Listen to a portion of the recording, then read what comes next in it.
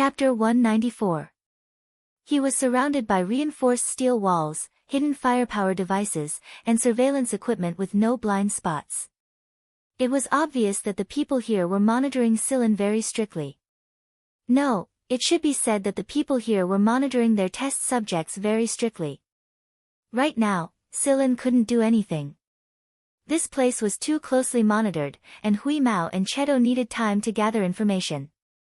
Otherwise, he would be too passive. Tang Qiuqiu was probably being monitored like Scylla, and Xueqiu and Qifeng were being watched even more closely. That being said, they probably wouldn't do anything just yet. Scylla needed to think about his next move during this time. The starship arrived at another planet in Sector I. The spaceport and orbiting satellites at the periphery of this planet had the same logo. Scylla was transferred to a spaceplane and flown to the planet. There was a huge research base on the planet, and Scylla was transported to one of the research bases. Here, there were some ordinary humans like Scylla imprisoned. However, these people had already been injected with certain drugs. Some of them had grown scales on their bodies, some had grown spikes, and some had wrinkles all over their bodies.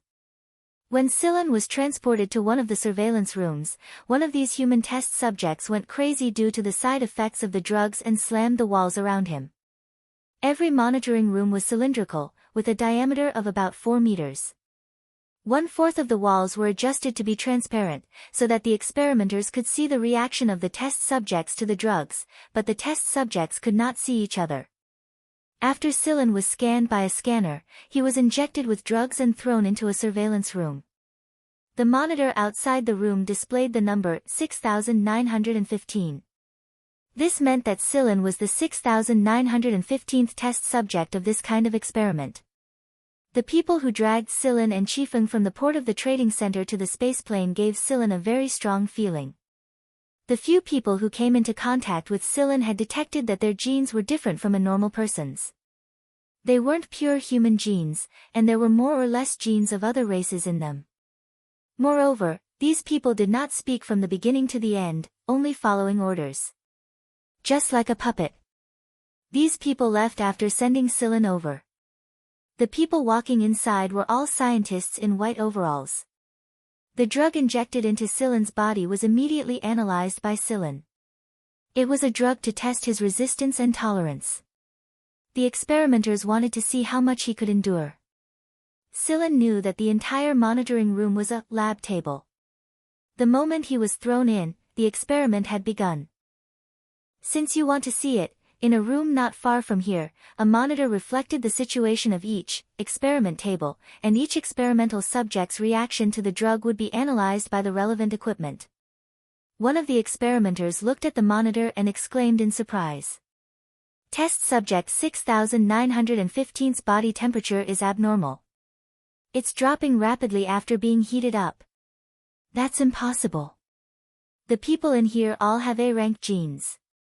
How can this one not even last 5 minutes? Another experimenter said.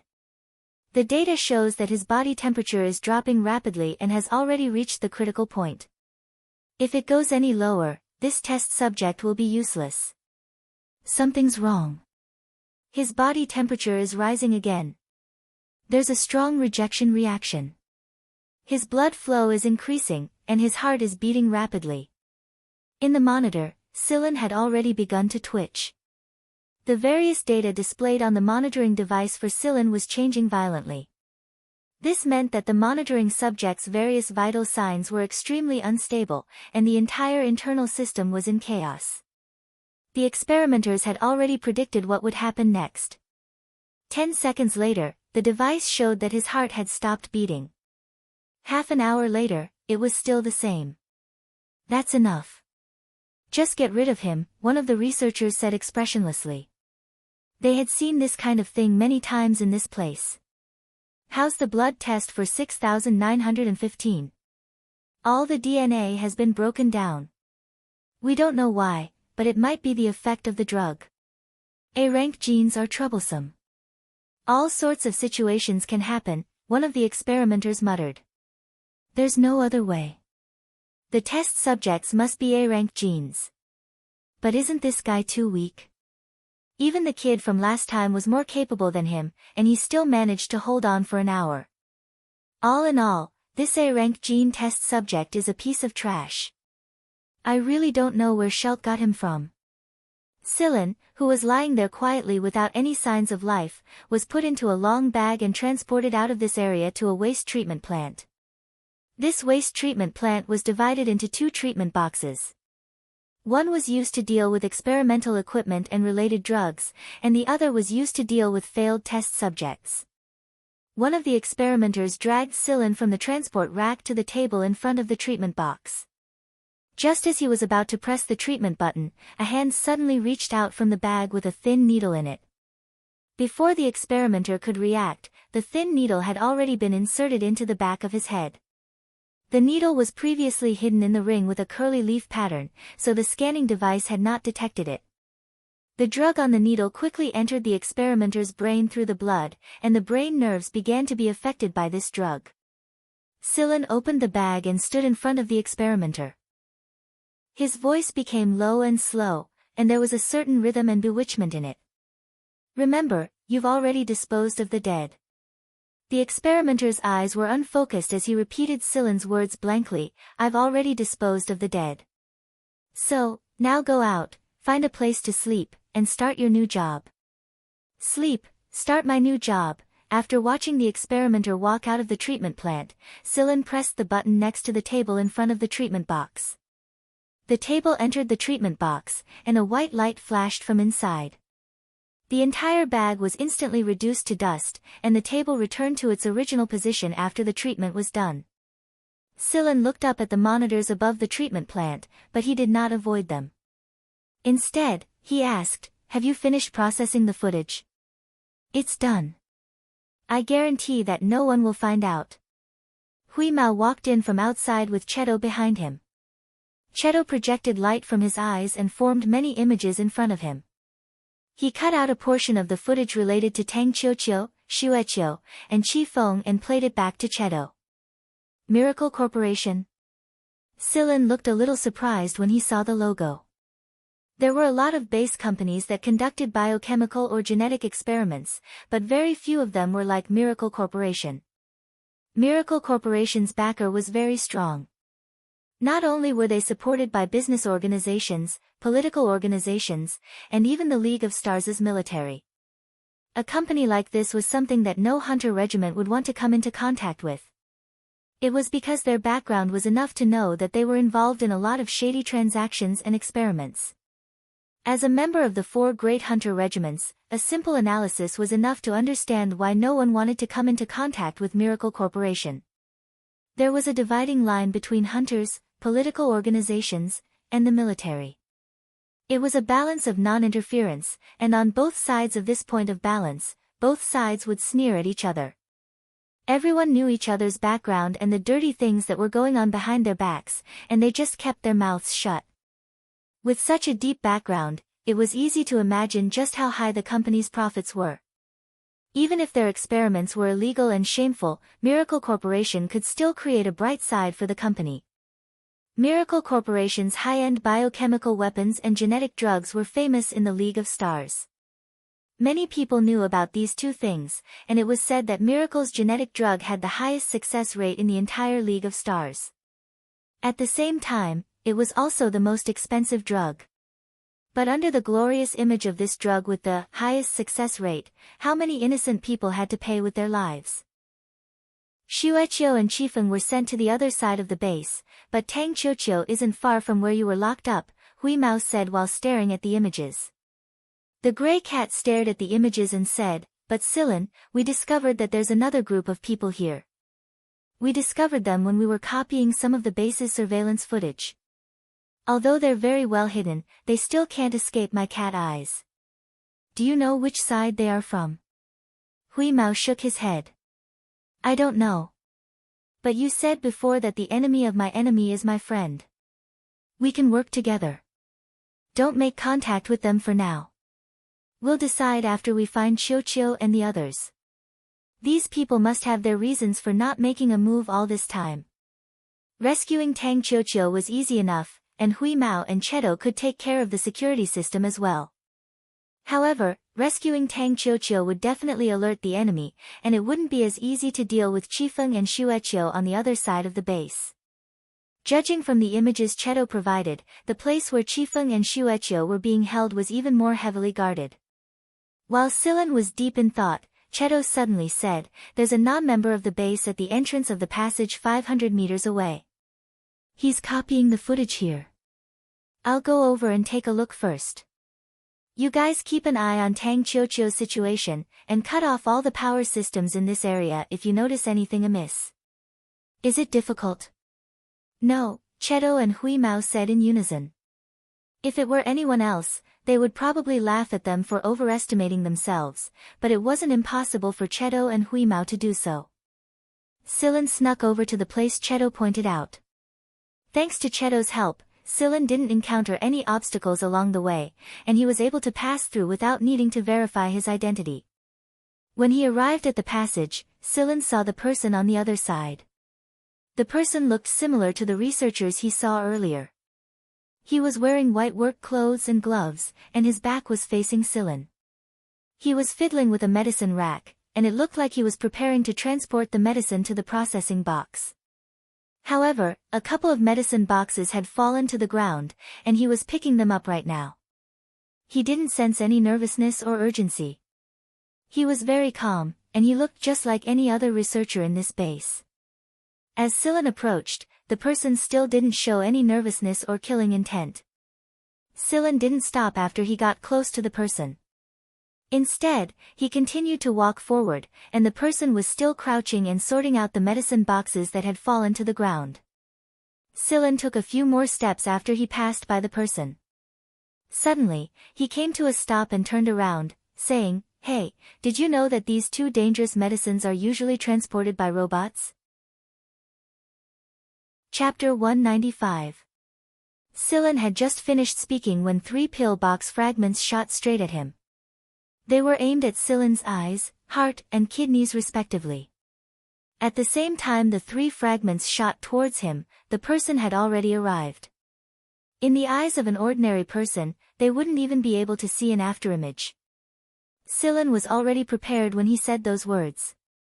It was just that this person gave him a very familiar feeling.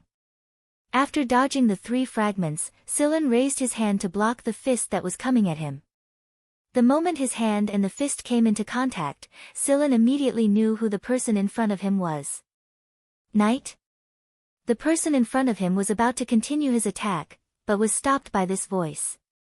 Knight swiftly retreated to 10 meters away and stared at Silen warily. He didn't recognize Silen. After all, Silen's appearance was too different from when he was at Seven Lights. "Who are you?" Knight's silent stinger was already at the ready when he asked the question. As long as the person wasn't one of his own, he would attack immediately. Knight's reaction was understandable. He remembered everyone who came here with him very well, and he could recognize them even if they were in disguise. But this person in front of him, Knight was sure that he didn't know the person when they first met, but he felt an inexplicable sense of familiarity after the first exchange. Now it seemed that the familiarity grew stronger the further he looked, but there was no such person in his memories. Moreover, the person in front of him didn't have any malicious intent, and the way he looked at him was like someone who was extremely familiar with him. Who is this person? Knight was conflicted. Silen let out a low chuckle. "I knew you wouldn't recognize me." It was at this moment Hui Mao jumped out. "Hey, Silen, what's going on? Something's wrong over there, should we start a power cut?" The moment he heard the name, Silen, the corner of Knight's eyes twitched. Then, his eyes slowly widened and stared at Silen. He froze on the spot as if he didn't know how to react.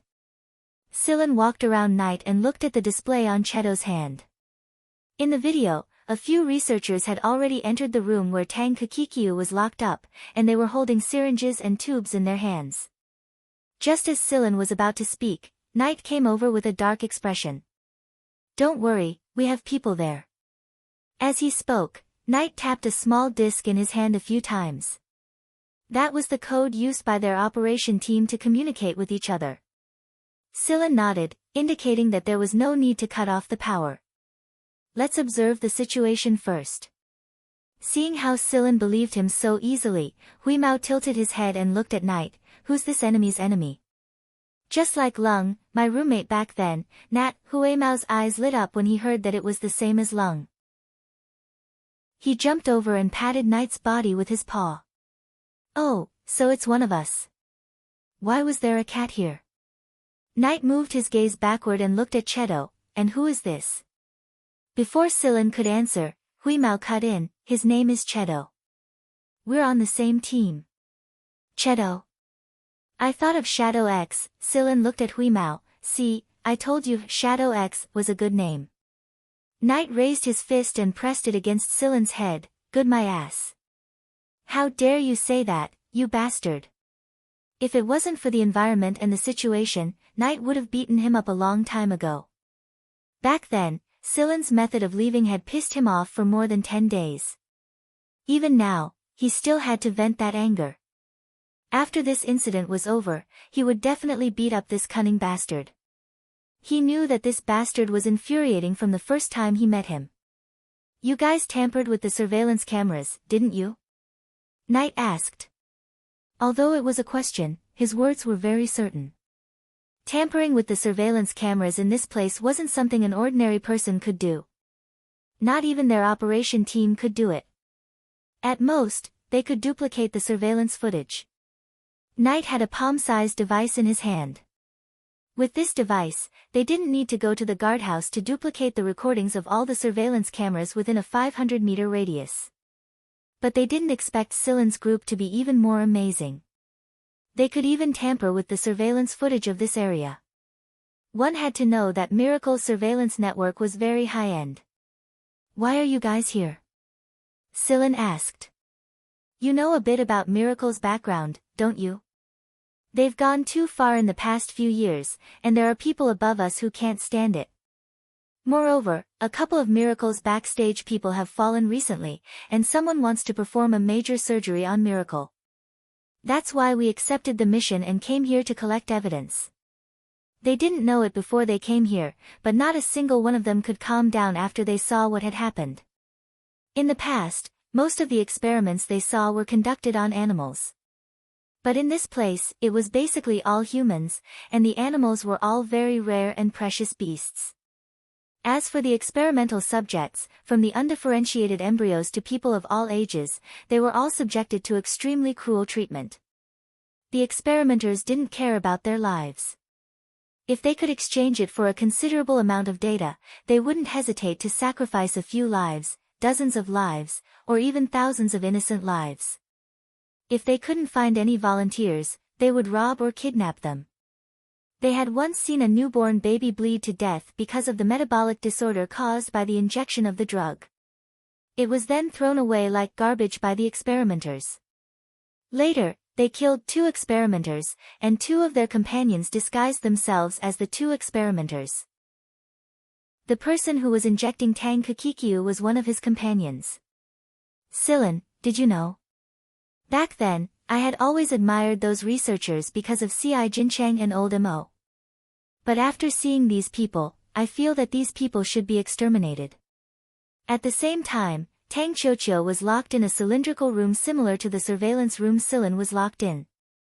The people locked here were all young children, and most of them were kidnapped.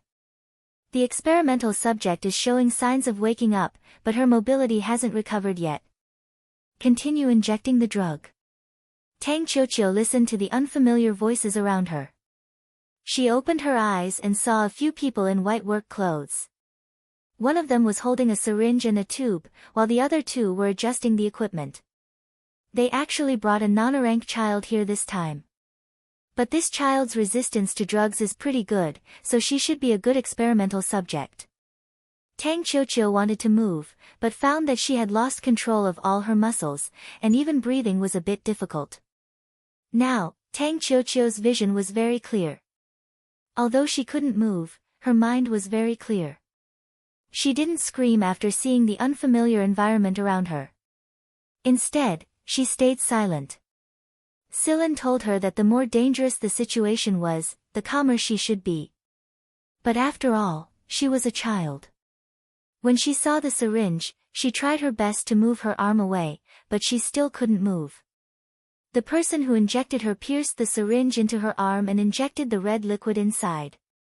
She could feel that the liquid began to flow to all parts of her body. However, to Tang Qiuqiu's confusion, when she looked up, she saw the experimenter who injected her winking at her. There was a smile in his eyes, but it wasn't evil, more like a kind of encouragement. Not long after the experimenters left, Tang Qiuqiu began to feel allergic all over her body. Her body temperature rose sharply, and it didn't take long for her heart to stop beating. An experimenter looked at the data displayed on the monitor and sneered, "Tisk, garbage genes are garbage genes." Sure enough, children who don't have A-rank genes have better effects. Hurry up and dispose of it, don't waste the drug. So, Tang Qiuqiu, like Silin, was sent to the waste disposal site as a failed experimental subject. This time, Silin's actions were even faster. He still used hypnosis on the experimenters who sent the failed products. He didn't want to make a scene just yet. Perhaps these people would remember some fragments in the near future, but by then, it would be in the past, and it would be useless to remember. Silin opened the bag, and Knight injected another drug into Tang Qiuqiu. A few seconds later, Tang Qiuqiu's heart began to beat again, and then all her vital signs began to recover. "Big brother Silin, they took Xueqiu away," Tang Qiuqiu said with red eyes. It was all because of her gluttony that things had become like this.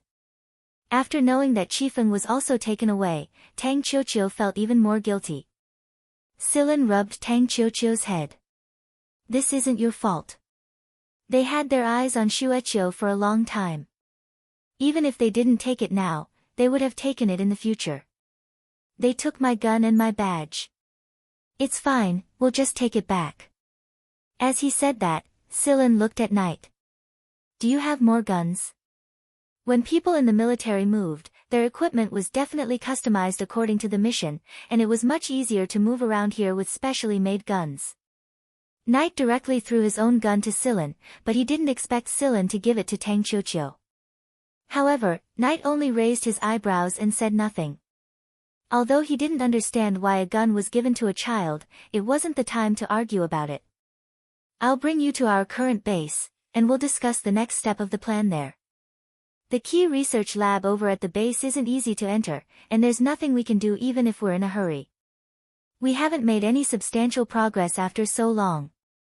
But the good news is that according to the information we received, due to the lack of a certain reagent, the research on the beasts has been suspended.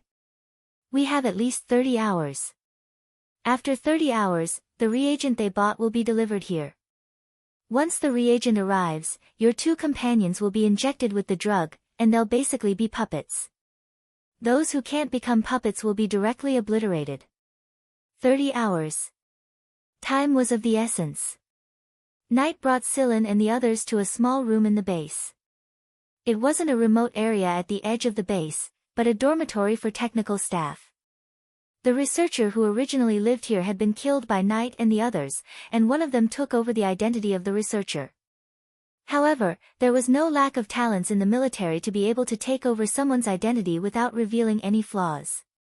When Silin arrived, he unexpectedly saw two familiar people.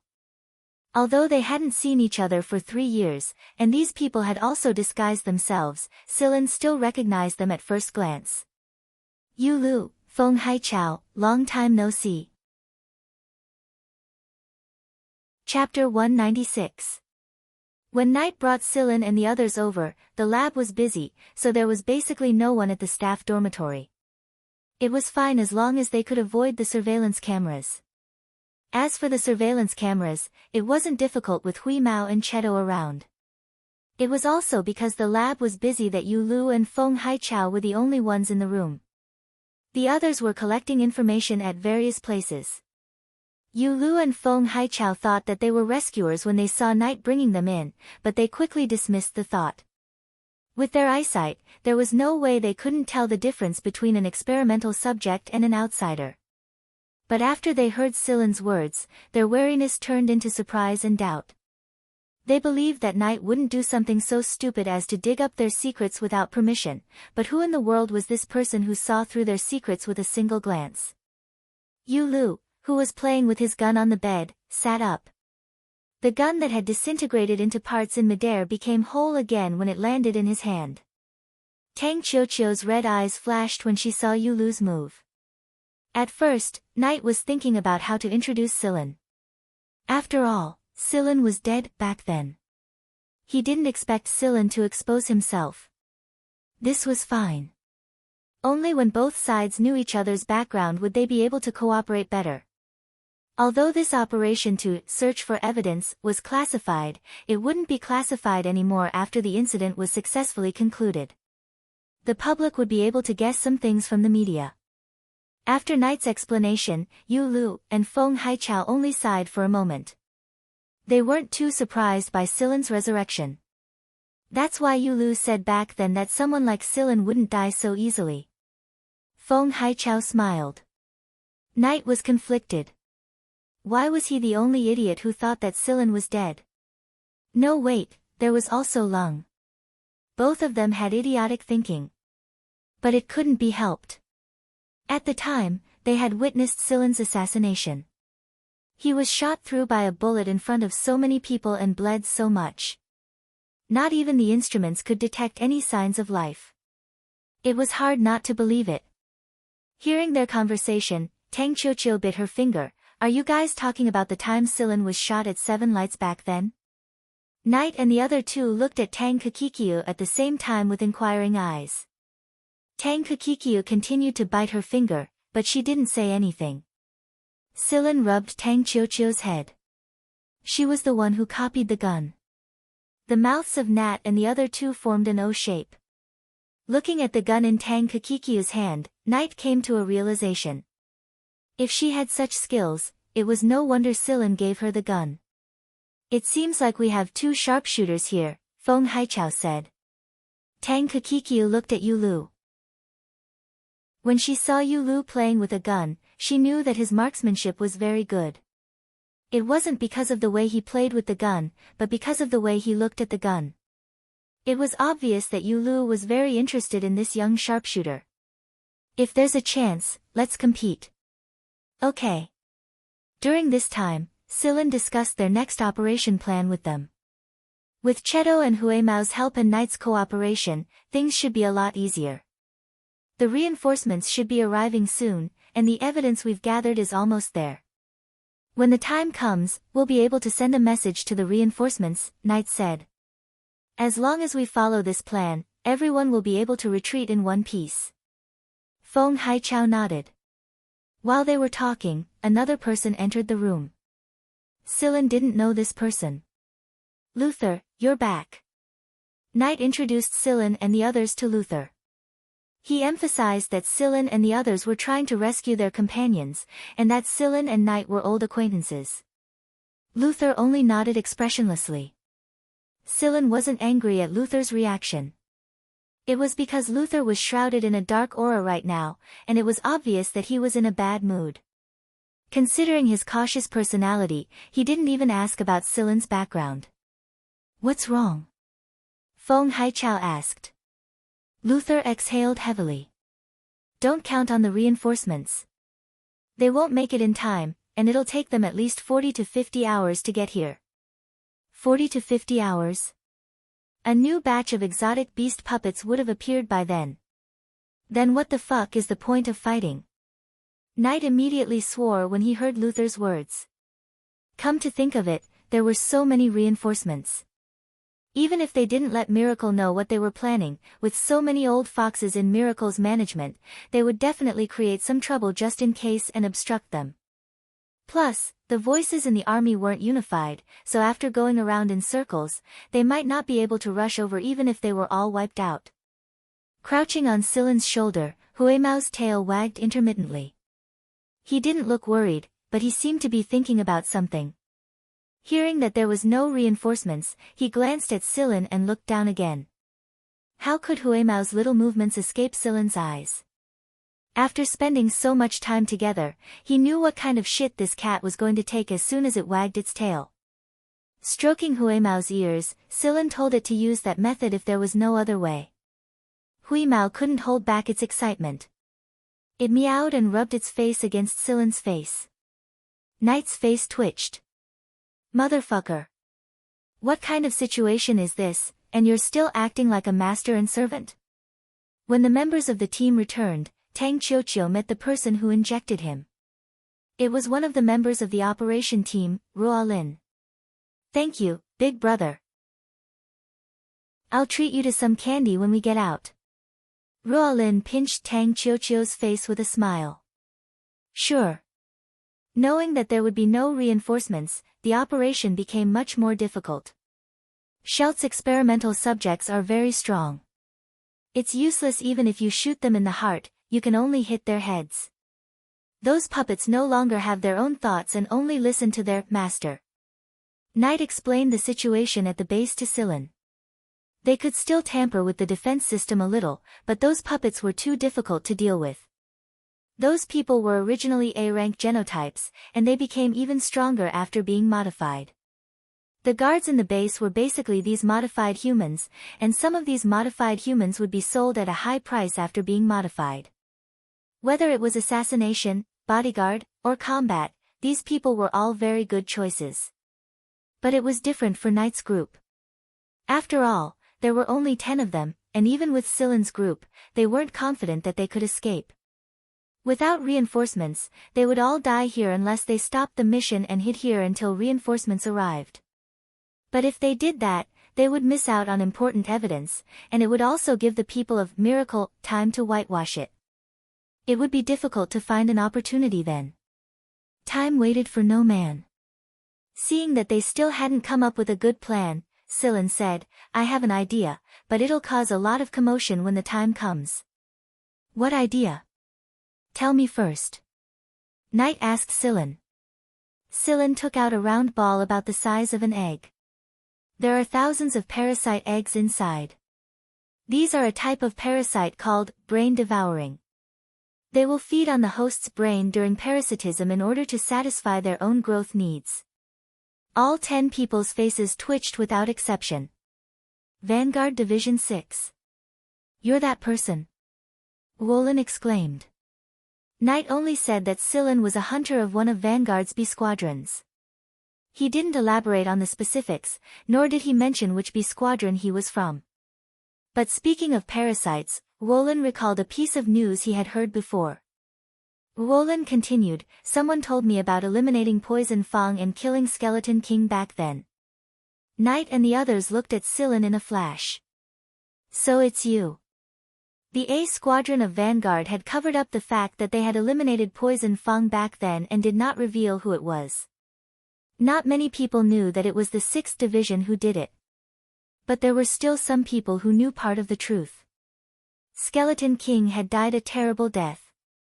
They had seen images of Skeleton King through certain channels, and it was no surprise that their blood ran cold. They also knew that the main cause of Skeleton King and Poison Fang's demise was parasites. They never knew that parasites could be as powerful as biological weapons or high-energy weapons.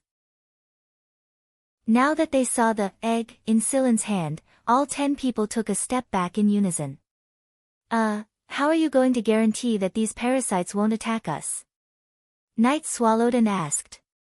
Silen took out another box of pills and tossed it to Knight. These pills will keep these parasites away from you. Although Knight believed in Silen, the others were still skeptical. Wolin, on the other hand, was more excited than the others.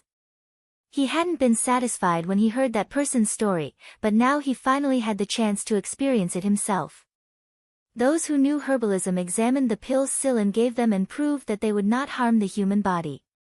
Moreover, the effects of the pills were limited. After this time, the pills would break down in the body and be excreted as bodily fluids or metabolites. The duration is 50 hours. There aren't many people here, so there are 30 pills. Everyone should bring 2 pills just in case. We'll talk about it again if there's a special situation. Silen took back the pills and said. That's fine, but you must first prove that this pill is effective. Someone said. Then let's find 2 people and try it. And so, Luther knocked out a researcher, brought him back, gagged him and locked him inside a small bedroom. Knight was also inside the bedroom. This was Knight's own initiative. After he swallowed a pill, he crossed his arms and leaned against the wall of the bedroom. There were 3 insect eggs in the bedroom. After they hatched, 3 little fellows the size of ants crawled out. After a brief pause, they crawled straight towards the researcher. The insect egg beside Knight crawled away like a mouse that saw a cat after it hatched. It crawled straight towards the researcher on the other side of the bedroom. Knight in the bedroom and the operation team members outside the bedroom heaved a sigh of relief. Then, they stared closely at the unconscious researcher. 10 minutes later, the researcher began to twitch. The veins on his forehead bulged and his breathing quickened. Half an hour later, the researcher's face turned green and bloodless. His breathing slowed down and his body spasmed. Knight touched his forehead. It was covered in cold sweat. Chapter 197. The parasitized researcher's face turned from red to white and then green. In the end, blood splattered everywhere as the parasites burst out of his skull. The splattered blood was not bright red, but black and viscous. It solidified not long after it splashed out. This blood is all contaminated. The toxins secreted by the parasites can flow to every part of the body through blood circulation. This is a side effect of the brain being devoured. Sillin explained the image of the parasites entering a human's body. Sillin's tone was calm, but the rest of the group felt chills running down their spines. They had faced alien beasts dozens of times larger than humans, fought through bullets and brushed shoulders with death many times before, but they couldn't help but shudder at the sight of these parasites. They couldn't help but feel like their brains were reacting to them. After taking care of the 3 multi-legged parasites, Knight sighed emotionally, "Too fast, they're growing too fast." In just half an hour, these parasites had grown from the size of ants to the size of a palm. It had to be said that these guys' growth rate was astonishing. The reason they could grow so fast was because Sillin had thought about the parasites' genes. It was similar to the 2 parasites he had used to eliminate poison fang. They were all injected with lethal genes, and there was a critical point. When these parasites grew to a certain stage, these lethal genes would activate and cause them to undergo programmed death. However, these brain-devouring parasites could not reproduce. They did not exist naturally, but were born in the workshop Engie had left for Sillin. Sillin did not want a species invasion to happen in the future, so he did not give these parasites the ability to reproduce when he created them. Sometimes, Sillin thought that he was actually not much different from the researchers at the Miracle Research Base. They were cold-blooded enough.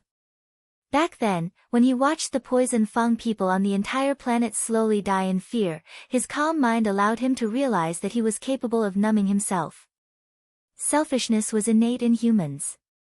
Treat yourself well, treat people you know well, and walk your own path. That was all. I admit that these parasites are a great threat, but that's only against the defenseless researchers. What would happen to the puppets? What would happen to the puppet beasts? Someone asked. It's simple. We just need to catch one and experiment on it, Luther said expressionlessly. There's not enough time, Knight said. There's no time for special experiments. Then let's make a few plans now and change them according to the situation while we're experimenting, Yulu said. Sillin agreed with Yulu. Right now, he needed to save Shueqiu and Qifeng as soon as possible. Create chaos. Most of the puppets in this base are puppets, while the rest are researchers. As for the other guards, as long as the puppets are in chaos, the guards will naturally deal with the puppets first. There's no need for us to do anything. You'll be able to gather more information in the chaos, and I'll be able to rescue my friends. After thinking for a while, the 11 of them gathered together to discuss countermeasures. Tang Qiuqiu and Cheto stood at the side. Tang Qiuqiu's attention was originally on Sillin's group and listening to their discussion on how to save Shueqiu and Qifeng. However, her gaze suddenly swept to Huimao. Right now, the cat was wearing a strange expression on its face. Crouching on Silen's shoulder, Huimao thought about how to create chaos and eat some experimental alien beasts that hadn't been injected with the drug yet. Judging from the information they gathered, these beasts were of good quality and should taste good. Hiss, it's been a long time since I've eaten something like that. An hour later. While disguised as a technician, Roland and another team member carried the 2 parasite eggs Silen had given him and headed towards the important research area. Although they had to go through multiple identity checks and scans, Cheto was accompanying them. Earlier, Cheto had hacked into the system to check the information of the researcher whose head had been blown off by the parasite. His iris, fingerprint, and genetic information were all there, so he didn't need to put on any makeup to disguise himself. After putting on his work uniform, he led the way not far away from Roland and the others. Be it the access control or the scanning system, Cheto and the others ignored them. The door opened automatically, and the scanning system didn't sound any alarm. Like before, Silen and the others were still inside the staff dormitory and watching the situation on the monitor. Their movements were all displayed on the monitor, and they had even drawn out a detailed layout of the area at the same time. They didn't go deep into the area. Instead, they quietly planted 2 parasite eggs on the bodies of 2 puppets that were guarding the edge of the area. Then, they stood guard at the corner. From the monitor Cheto had replicated beside the passageway, they could see the 2 parasite eggs hatching on the puppets' bodies. Then, the 2 parasites quickly burrowed into the puppets' bodies. Those parasites look very excited. The puppets are much more attractive to them than normal researchers, Silen said while looking at the monitor. This was without a doubt good news. Although the puppets had lost their sense of pain, their control over their brains was much simpler. Moreover, they had been modified and strengthened. This kind of brain environment was exactly what the parasites liked the most. It didn't take long for the 2 puppets' facial muscles to start twitching, but their eyes hadn't changed at all. They were empty, numb, and emotionless. Moreover, they could no longer feel pain. 10 minutes later, the meridians on the puppets' faces started bulging, and they added an extra layer of savagery to the puppets. Moreover, the puppets' eyes were starting to turn red. A drop of dark red blood seeped out of the puppets' eyes and slid down their dissatisfied meridians. Then, a second drop, a third drop. The puppets weren't as rigid as they used to be. Their arms were trembling, and their heads were shaking slightly as if they were struggling with some kind of mental struggle. Suddenly, one of the puppets threw a punch at the other puppet and sent it flying. However, the puppet crawled back to its feet after falling to the ground, and the dark red blood in its eyes flowed faster and faster. The blood that fell to the ground quickly solidified and gave off a pungent smell. Cheto was controlling the defense system so that it couldn't activate the alarm because of this. Silen's eyes lit up when he saw the analysis data Cheto sent over. The blood of the infected puppets contains a volatile gas. If inhaled too much of it, it will cause a person to faint, foam at the mouth, lose consciousness, and even suffer severe brain contusion. Roland and the other team member had already put on a protective mask at Cheto's suggestion, but they were a little puzzled when they saw that Cheto wasn't wearing any protective measures at all. However, they didn't ask any more questions after giving it some thought. There were a lot of strange people in this world, and the one in front of them was probably one of them. What they didn't know was that Cheto wasn't a human, but a robot. Execute Plan B. As the operation team, Knight ordered everyone to split up and begin the operation. Meanwhile, Silen, Tang Qiuqiu, and Hui Mao also began the next step of the operation. Inside the key laboratory, Shelt was smiling very happily as he watched Shueqiu and Qifeng locked inside the monitoring room. The electronic notebook in his hand was refreshing one line after another. Although the drugs hadn't arrived yet, the initial resistance tests showed that these 2 test subjects were excellent test subjects. They were much better than the 1,000 or so animal test subjects before them. The white animals' genes were very complicated. At the very least, Shelt had never seen such a genetic organism before. The complicated, multi-strand helix made this fellow who looked like a pet bear look very different from the other experimental beasts. As for the half-beastman who had both human and canine genes, Shelt was preparing a different kind of drug to stimulate both genes. He didn't know whether the human gene or the canine gene was the dominant factor. Other than that, he could also extract strengthening substances from these two test subjects. However, it would probably be difficult to use a knife on a human. It would seem that he would have to find a new batch of test subjects after the drugs were delivered. Just as Shelt was planning in his heart, an alarm suddenly rang. A source of contamination has appeared in the XR area. Initial inspection shows that it was brought in by modified test subjects.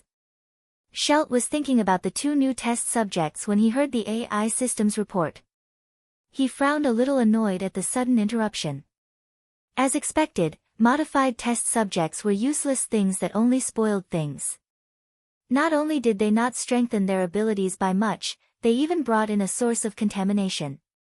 Without looking at the specific effects, Shelt said directly, AI, get rid of them. The laboratory in this area was controlled by a common AI system, and the only person controlling this AI system was Shelt. Shelt had always been conceited. He wouldn't think that someone had tampered with the puppets, nor would he believe that his AI system assistant would be blind. All right. The AI system named AI, replied. Her voice was soothing and gentle, and it calmed down a lot of people's agitation. At the same time, the two puppets who were fighting until black blood splattered everywhere were frozen into solid ice by an ultra-low temperature freezing gun that appeared on the wall. Then, a sonic gun shot through and turned the two bodies of ice into ice powder. However, the gas in the air didn't react at all. This was the result of Cheto's work. At this time, Knight and his team members were carrying some insect eggs as they snuck into the research base in the important area step by step. Knight placed a small ice cube at a corner. When the ice cube melted, the insect eggs inside would be exposed, and a large number of parasites would hatch soon after. Sillin told Huimao and Tang Qiuqiu to stay together while he went another way. He checked the time. Everyone should be ready already, so it was time to move on to the next step. Cheto, begin. Cheto, who was approaching the core of the research base, received the message and looked at a monitor. Every monitor was a part of the AI system. Cheto would be able to interfere with the entire AI system by attacking a small part of it. The battlefield of electronic networks belonged to Cheto by nature. He might not be as powerful as Huimao, but he wasn't any weaker than the current Huimao when it came to electronic systems. Right now, Huimao was lacking in experience. Compared to him, the Cheto created by Sillin was much more cautious. Every step he took was precise to the extreme and left no hidden dangers behind. The alarm inside the important research base rang again. The AI system's voice said, "Source of contamination discovered. Puppets out of control." Shelt stared at the light screen in front of him. The puppets guarding the passageways outside the lab were going berserk. They weren't under the AI system's control at all, and one of the experimenters walking outside had already been torn to pieces. While Shelt was talking to the AI system, everyone's gazes were focused on the light screen due to the commotion outside. While the experimenters were running into the lab, Cheto followed the people who were rushing into the lab. The newly hatched parasites were running towards the people around them. Shelt was angry because of the puppets' rampage outside the projection. "Just clean them up." "I'm sorry, the cleaning equipment has malfunctioned, and the power supply is insufficient," the AI system said. Shelt was a research maniac, but he was definitely not a good analyst. His intelligence was all in experiments, and his ability to analyze the situation was far inferior to his research ability. It was also a factor Knight and the others had considered when they came up with their plan. Insufficient supply. How can there be insufficient supply? Where are the energy blocks? Send someone to find them. How can the lab's power go out? Boss, something's wrong with test subject number 107. A researcher said. What's going on? Shelt roared. The test subjects here were his blood, sweat, and tears. How could they be acting strangely without a good result? Right now, a lion-like beast locked inside the surveillance lab number 107 was scratching the walls around it madly. The walls were all reinforced, so it was not that easy to scratch through. However, this test subject thought that it could not scratch inside, so it started using its body to ram into the walls. Its 5-meter-tall body slammed into the reinforced walls, producing a series of dull thuds. The surrounding air vibrated along with it. "Boss, we can't go on like this. Do I need you to tell me that?" Schelt slapped the researcher who spoke. "Aren't you in charge of this test subject? How could something like this happen?" I don't know either." The researcher shivered. Although he usually vented his anger on this test subject, it was always within the test subject's tolerance. Something like this had never happened before. Ow! According to the analysis, test subject number 107's nervous system is damaged. The air input from the local life support system contains a gas that can cause nerve damage. The AI system analyzed the measured data and reported. Slap. Another slap to the face. If he had a gun in his hand, Sheldon would definitely have shot this researcher dead. From his point of view, the error in the local health system's gas input was definitely a problem with the researcher. Restoring the air composition, before Schelt could finish his sentence, Al reported the same thing that had happened in several other laboratories. Boss, did someone invade and cause trouble? A researcher behind Schelt asked in a low voice. Slap. Another slap. Schelt said angrily, "If someone invaded, do you think Al is just a decoration?"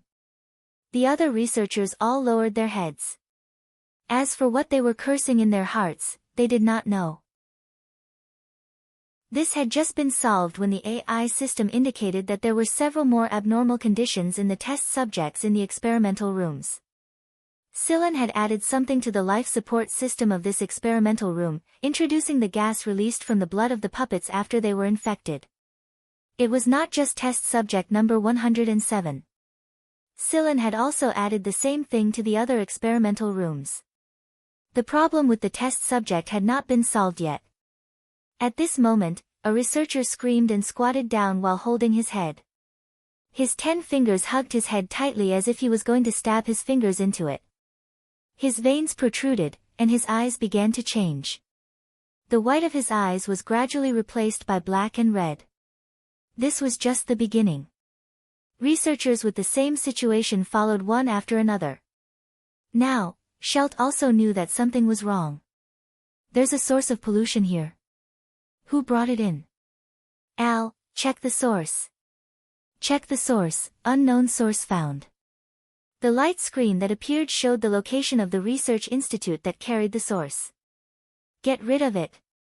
Schelt said mercilessly. Boss, don't kill me.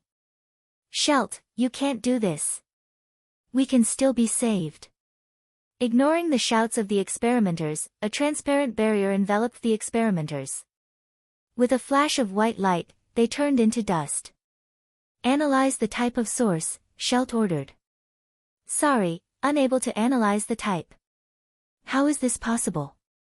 Before Al could answer, the experimental rooms where the test subjects were locked opened one after another. The animals inside rushed out and bit anyone they saw. Al! Schelt roared while fleeing. Sorry, unable to control, Al's AI system said. Screams sounded again and again, but how could the researchers fight against the newly released test subjects? Cheto admitted that he had arrived at a control room when he was not paying attention. Screech, following the sound, Cheto looked over. There was a person standing there. No, it was an image created by the system. It was a beautiful girl dressed in white, but she didn't look like a pure human. Her eyes were closed left and right instead of up and down, and there was a pair of snow-white wings on her back. She looked like a certain character from the myth of creation. Schelt said that I am the best AI system, the girl said while looking at Cheto. There was no joy or anger in her voice. It was more of a gentle, breezy voice. Cheto looked at the image for a moment before turning around and continuing to walk inside. He said while walking, but Silen said that I am the AI system with the most potential. I think so too. Following Cheto's voice, the girl's image began to become intermittent and then extinguished. Cheto opened the lab door and let the test subjects out. A while later, he opened the room where Shueqiu and Qifeng were locked. Entering the lab, Silen was about to bring the unconscious Shueqiu and Qifeng out when his communicator rang. It was night. What is it? Silen asked. I have bad news. According to a source, one of Miracle's executives, Caldwell, had just given the order to destroy this base, and it will only cause accidents. Chapter 198. I have bad news. According to our sources, Caldwell, one of the executives of Miracle, had just ordered us to destroy this base and make it look like an accident. How much time do we have left? Silen asked. I don't know, but it's best if we leave the base within 10 minutes. We'll meet up at the Miracle Goddess. All right. Silen, be careful. Although the incident back then wasn't real, he still felt a sense of suffocation every time he thought back to it. I know. You guys be careful too. After ending the call, Silen carried the unconscious Qifeng and Shueqiu out and passed them to Cheto. Take them to the Miracle Goddess's statue. Qiu and Wei's are heading that way. Leave this place immediately. This place is going to be cleaned. What about you? Cheto asked. You guys go first. I'll catch up later. Cheto nodded and stopped asking questions. He put on the protective masks for Qifeng and Shueqiu, grabbed them in each hand and ran outside. Cheto had released all the experimental beasts he had locked up in the base. Although the parasites didn't like them too much, the vapors of the parasite-infected puppets' blood were enough to drive them mad. The maddened experimental beasts fought against the base's guards and the uncontrollable parasite-infected puppets. Severed limbs and bloodstains could be seen everywhere. Gunshots, curses, screams of pain and roars of beasts were all mixed together. Cheto had activated a protective barrier around himself. Right now, his main goal was to escape, not attack. That was why Cheto was nimbly weaving through the gaps between the giant experimental beasts. If there were any puppets blocking his way, Cheto would simply ram his way through them. Cheto's cannonball-like impact knocked the puppets over like they had been rammed by an armored car. After the gray cat received Silen's message, it led Tang Qiuqiu away through a small, secluded passageway. The passageway was originally used to transport medicine and goods, so it was a little crowded even for an adult. It was even more impossible for the puppets and the gigantic experimental beasts to enter. Moreover, the parasites didn't give a damn about them either, so Tang Qiuqiu and the gray cat's escape was relatively smooth. Tang Qiuqiu had sniped a couple of experimenters and a dozen or so puppets. She had also found her emblem in an inventory room. In the face of the puppets that had already become inhuman and the experimental beasts that were roaring and baring their fangs and claws, Tang Qiuqiu was much calmer than her peers.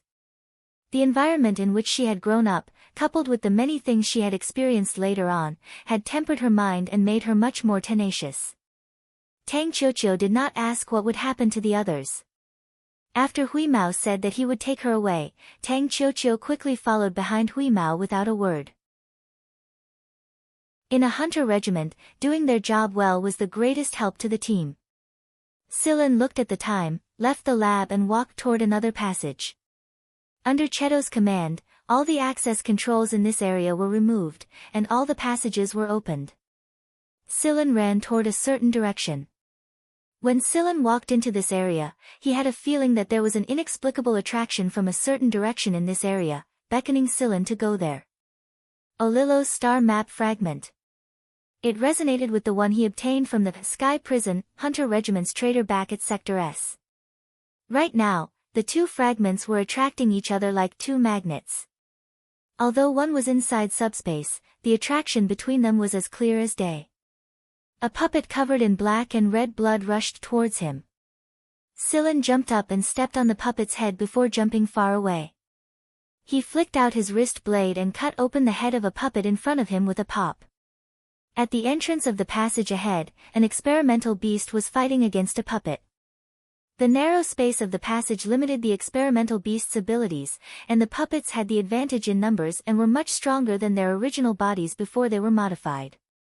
It was a situation where both sides were heavily injured.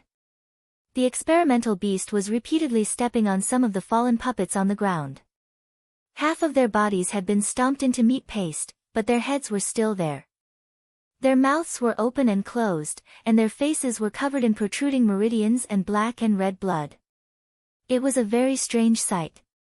Scylla seized an opening and slipped through like a swimming fish.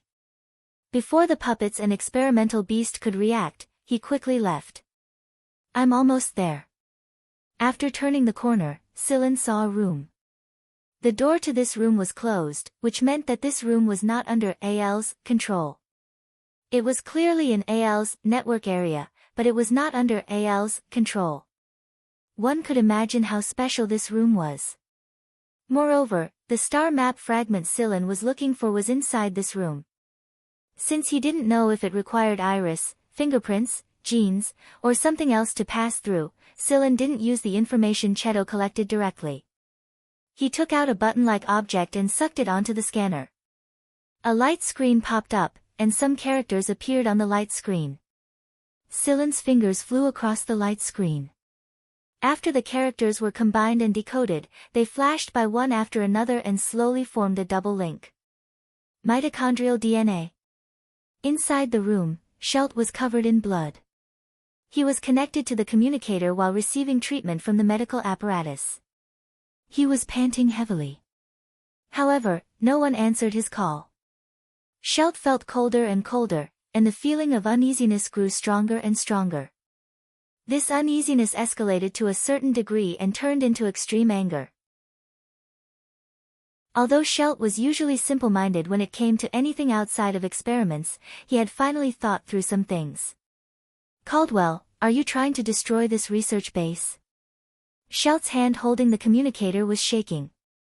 He murmured, "You can't do this, you can't. These are all rare experimental data. You can't lose them, you absolutely can't lose them." Beep, the door opened. Schelt abruptly turned his head to look outside the door. A pungent smell came into the room, and there were roars and gunshots in the distance. There was no one outside the door. Who's outside?" Schelt's voice was a little hoarse and filled with intense panic. There was no reply. Schelt barely managed to prop himself up. The hand holding the gun was still trembling. The broken bones and damaged muscles made even the smallest movement extremely difficult for him. It was already a blessing that he was able to make it this far alive. Pooh! A needle was pierced into Schelt's neck, and the toxins contained in the needle quickly seeped into Schelt's body. When Schelt fell, he only saw a hazy figure. Although the toxins attacked quickly, Schelt's tolerance to drugs had improved after so many years of research. He didn't faint immediately. Instead, he pointed to a cabinet. "Take it away." After uttering these two words, Schelt didn't make any more movements. The cabinet also had a password set, but it did not take Scylla much time to crack it. Opening the thick alloy cabinet, there was only a metal box inside, and the password to the metal box was Schelt's genetic sequence. After opening the metal box, Scylla saw a star atlas fragment and a chip inside. Without checking what was inside the chip, there was no time. Scylla searched the room briefly and came out. As soon as he stepped out, he saw an image. It was Elle, and the image was created by the system. A beautiful girl dressed in white, special eyelids, and a pair of snow-white wings on her back. Scylla thought that it was Elvia, the goddess of miracles from the myth of creation.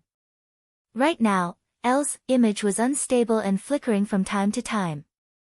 "Are you Scylla? Is it the intelligent system you created?" Elle asked.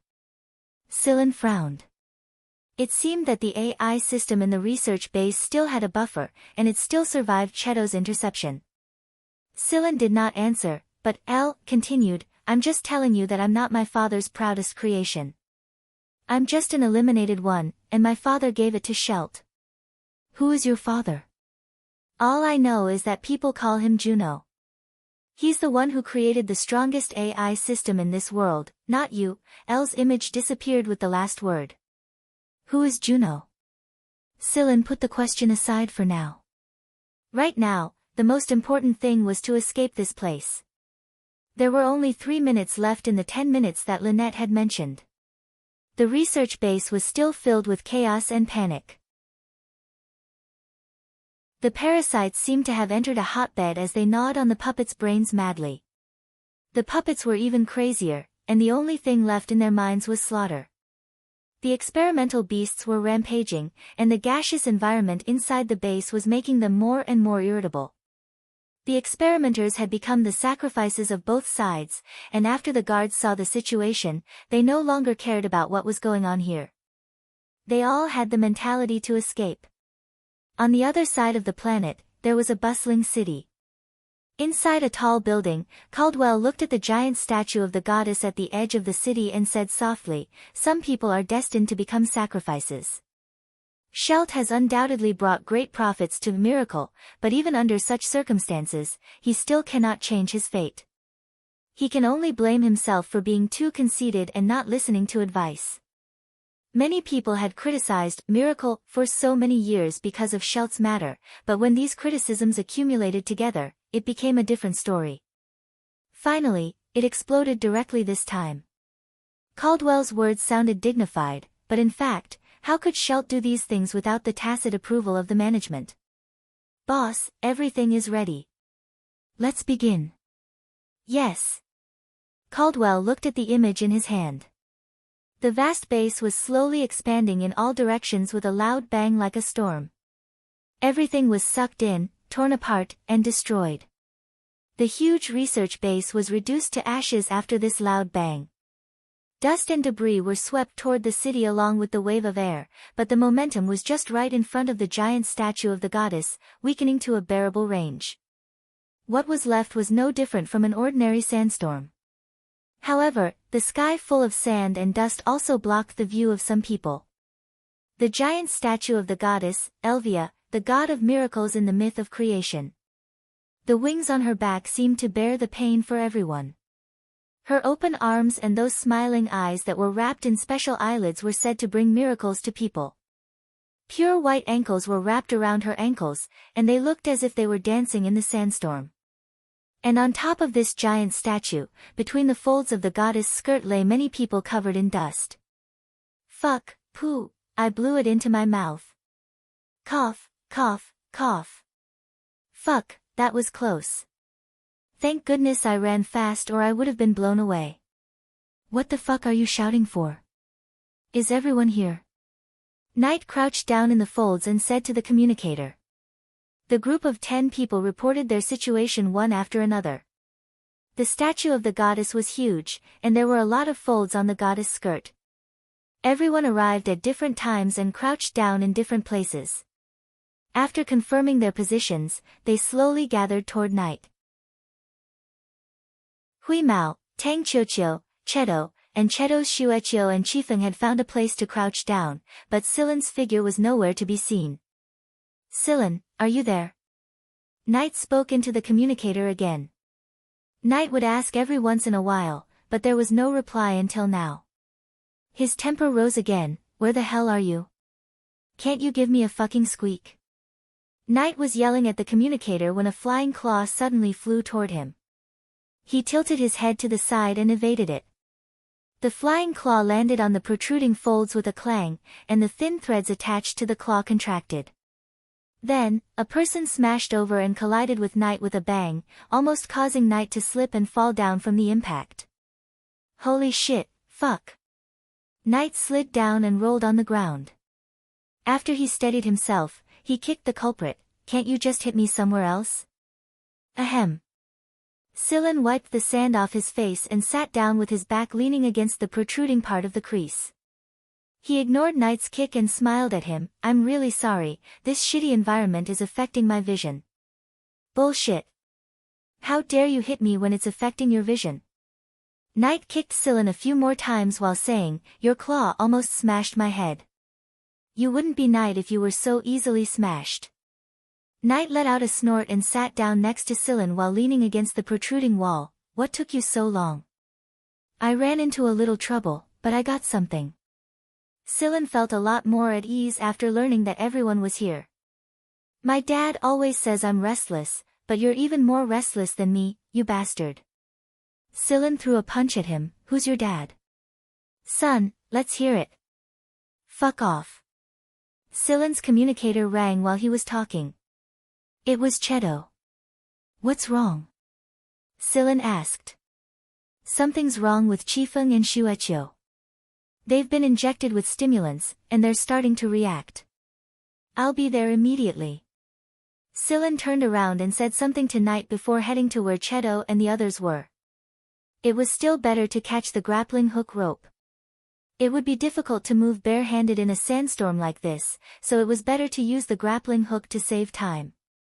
When Sillin arrived, he saw Chifeng and Shueqiu convulsing all over. Tang Qiuqiu was looking at them worriedly from not far away, Hui Mao was standing in front of her, and Chedo was crouching beside Chifeng and Shueqiu. This is the analysis result of the drug's composition and effects. A small light screen appeared in front of Chedo. It displayed the drug's molecular formula and other relevant data. The sandstorm blocked the light from the sky, so Sillin and the others were all shrouded in darkness. When the light screen appeared, their surroundings were illuminated. Shueqiu's pupils suddenly shrank when he felt the light from the light screen. Then, his pupils abruptly widened, and his aura turned ferocious.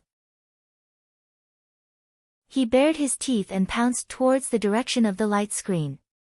Sillin borrowed the momentum from Shueqiu's charge and kicked Shueqiu's side, sending him crashing into the statue's body.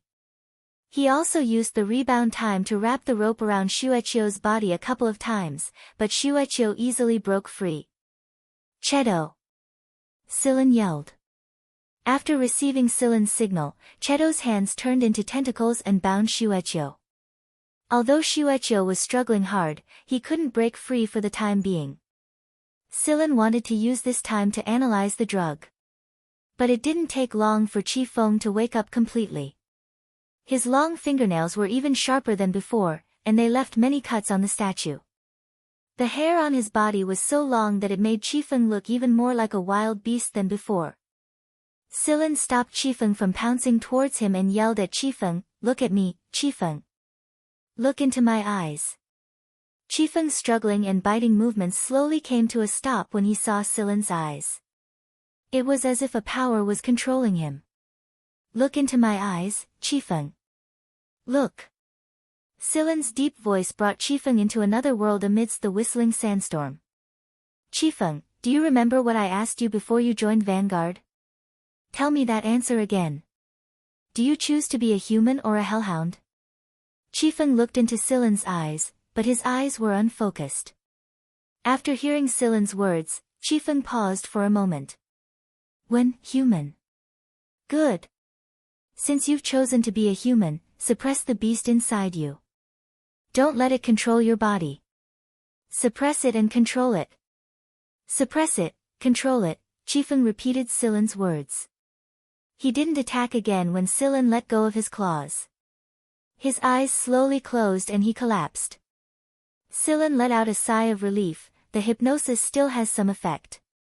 This means that the effects of the drug aren't that bad yet. After analyzing the drug once and combining it with the results Chedo had already analyzed, Sillin quickly came up with a temporary solution to the problem. He took out a few reagent bottles and injected Shueqiu and Chifeng with the medicine according to the calculated ratio. It was only after the duo's vital signs gradually returned to normal that he relaxed. "This is all we can do for now. We'll deal with them once everything is over. Right now, we have limited resources, and the situation isn't easy to deal with." "What's wrong with them?" Hui Mao walked over and asked. "Some of their genes have been overstimulated, causing their consciousness to weaken. It's close to going berserk, but it's slightly better than that," Sillin explained. "How much longer is this going to last?" "I don't know. It depends. At the very least, we're not alone." The research base was destroyed, but the parasites were still alive, and the gas that came with the explosion was still there. Chapter 199. Considering the scale of the research base, the sandstorm caused by this level of destruction would last for at least an hour. The sky was still covered in sand, and the wind was still as strong as ever. If he wasn't wearing a protective mask, he would have had a hard time breathing, and every time he opened his mouth, sand would come out. "Read this chip, Cheto." Scylla took out the chip from the metal box and passed it to Cheto. The fact that Shelt had stored it in the same place as Olilo's star map fragment meant that it was very important. At the very least, it was very important to Shelt. Okay. Cheto accepted the chip, popped out a socket on his arm and inserted it. At the same time, rays of light shot out of his eyes and gathered into an image in front of him. At first, it was just some data. Scylla could still understand it, and most of it was about the research results Shelt had done in this research base of Miracle over the years. Inside the chip was a record of every experiment subject, whether it was a failure or a success. The number of human lives sacrificed for Eltech's research was in the 5 digits, and it was growing towards the 6 digits. The number of animals sacrificed was even higher. Large beasts and all kinds of rare and exotic beasts were consumed in large quantities. It could be said that this chip was Eltech's experimental record, and it was an important piece of evidence. With this, the League of Stars could officially sue Miracle Corporation, and the upper echelons would have a huge motivation to fight for power. However, as he continued to read the chip, he discovered that the contents behind it were all characters that looked like some kind of password. Every time he tried to read the chip further, he would be blocked by these characters.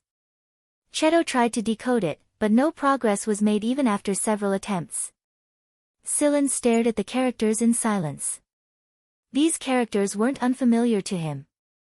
They were used in many fields, but in different fields, every character had a different extended meaning. So, what was inside this chip? Scylla carefully read the characters that repeatedly blocked the reading process again and again. Suddenly, he felt that they looked a little familiar. What on earth is it? Scylla couldn't think of it right now. Everything that had happened recently had complicated his thoughts. Sometimes, he clearly felt a flash of inspiration, but he just couldn't grasp it.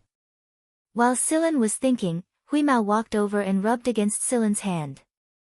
It had eaten a full meal at the research base, and most of the experimental beasts Tang Qiuqiu encountered were eaten by Huimao. Some of them didn't taste good, but it was very full right now. It would sleep after eating, regardless of the situation. Scylla glanced at Huimao and knew that it was going to sleep again. He scratched Huimao's chin with his finger. "Good boy, go to sleep. I need to think." Huimao snorted twice in dissatisfaction. "This statue is not comfortable to sleep on." He looked around and saw Xueqiu and Qifeng lying next to Tang Qiuqiu. He walked over, grabbed Qifeng's tail with his claws and moved closer to Xueqiu. Xueqiu's soft, round body, thick fur, and Qifeng's tail made this temporary nest not bad. Satisfied, Huimao curled into a ball and started sleeping. Scylla suddenly remembered something when he saw Huimao curling into a ball. If it's like that, it matched, it really matched. The sequence that appeared in Scylla's mind was connected to the characters. His fingers moved continuously on the control surface and rearranged the characters.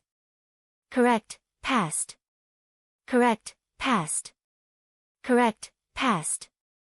Cheto's eyes flashed as he stared at the flashing pass on the screen. Ever since he met AI, he had a desire to learn new technology that leaned toward a human's way of thinking. The reason Scylla said that Cheto was the one with the most potential was because Cheto had the ability to determine his own direction of development within a certain bottom line.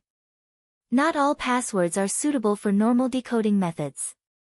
Sometimes, it depends on the person and the situation. Scylla's words were directed at Cheto. He didn't want Cheto to develop in the same direction as the other robots. These characters are actually the commonly used codes for amino acid abbreviations transcribed in Skelt's mitochondrial DNA. After the characters were decoded, they flashed past each other and slowly formed a ring that looked similar to Skelt's mitochondrial DNA. Once the ring was complete, the image changed and some information appeared.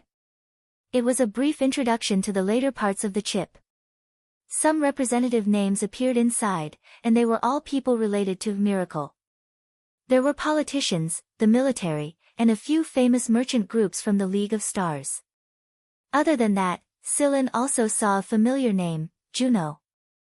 The person who created AI, At the time, Sillin didn't have the time to analyze the last words AI, had said, but he had to admit that her last words had shaken Sillin a lot. According to AI, Juno wasn't the only one who created this AI system. The fact that AI was able to be used in Miracle Corporation's research base meant that AI's ability as a system must have been recognized. But AI said that she was eliminated by Juno. Then where were the other AIs that hadn't been eliminated? Looking at the names displayed on the screen, he realized that this was only a part of it. The later parts of the chip must have involved a lot more secrets about Miracle and more people. The importance of this chip was definitely worthy of Skelt's attention.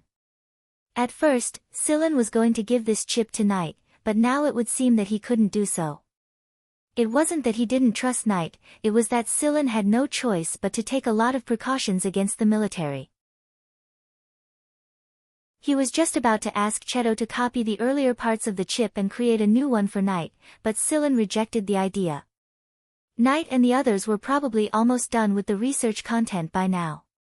Giving it to Cheto now wouldn't help much, and it might even raise some people's suspicions. This chip must be very important to the higher-ups of Miracle, and the fact that Sillin possessed this chip must not be exposed. Otherwise, it would be very difficult for him to return to Vanguard. After thinking for a while, Sillin decided not to tell Knight about this chip. When he came back to himself, Sillin couldn't help but sigh at Skelt's madness. He actually hid such important information inside his own mitochondrial DNA. It was obvious that according to the comparison information and sequence profile analysis, Skelt's current mitochondrial DNA wasn't his original sequence. There were a lot of major flaws in this mitochondrial DNA sequence, and the physical diseases caused by them would often require the help of equipment in daily life. In other words, Skelt didn't hesitate to modify his own mitochondrial DNA in order to keep this information a secret, even if it left him with physical defects. What kind of madness was this? Skelt was a relatively extreme person. He made Sillin think of Ori, the man who hid underground all year round, used complicated and primitive methods to avoid the planet's investigation, and even modified himself to look like that. One should never underestimate the madness of such researchers. They were ruthless to others, but even more ruthless to themselves. After reading the decoded information of this mitochondrial DNA, the last piece of information shocked Sillin again and again. The remaining information in the chip was also blocked by some character codes, and it required a decoding method similar to the mitochondrial DNA sequence. However, the decoding method was no longer using Skelt's mitochondrial DNA, but the genomic DNA inside his body. Not only did he modify his mitochondrial DNA, he also modified the genomic information inside his body. He didn't modify it in the best and strongest direction, but in the direction of confidential information. Such a modification would lower his constitution and gene rank by several levels compared to his original state. Right now, Skelt's gene rank was C, and his handling genes were probably a rank as well. Turning himself from an A-rank person to a C-rank person wasn't just an ordinary kind of cruelty. Cheto, have you collected all of Skelt's genomic information? Sillin asked. Yes, I have. For safety's sake, I even took a portion of tissue samples to preserve. I also took a bit of somatic and gonadal cells. The corner of Sillin's eyes twitched. Gonadal cells, how did this guy take them? However, I discovered that there are two different sets of DNA in his gonadal tissue samples. One set is the same as the somatic tissue samples, and the other set is different. Sillin was astonished. Although this phenomenon existed in other races in the League of Stars, it was rare to see such a situation in the general human race, and Skelt was undoubtedly a general human. In that case, the information stored in the chip is twice as much as I imagined. He had always thought that Skelt was just one of the many important researchers of Miracle, but now it seemed that Skelt possessed far more information than he knew from his current position. Logically speaking, the higher-ups of Miracle shouldn't have done something like this so carelessly if Skelt's information was used to locate where he should be. Scylla suddenly thought of Al, the artificial intelligence system that Juno had gifted to Skelt. It seemed that most of this information came from Al.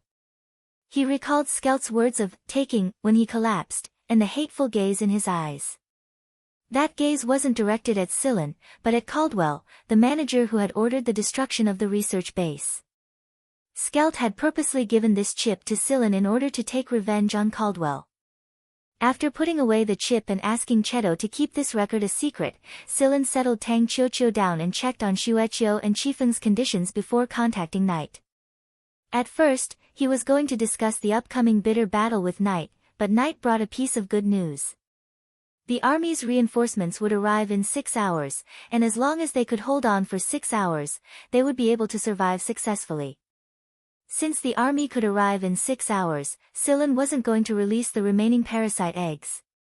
After the storm had passed, the killers Caldwell had sent to carry out the cleanup mission would definitely be waiting for Scylla and the others.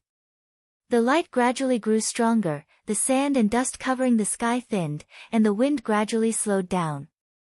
What about Xueqiu and Qifeng? Tang Qiuqiu asked. The medicine can temporarily suppress the stimulant in their bodies for 20 hours. I'll give them another shot later to wake them up first. They won't go crazy like before under the medicine's suppression, Scylla answered. 10 minutes later, Scylla received Knight's operation signal and gave Qifeng and Xueqiu a shot to wake them up.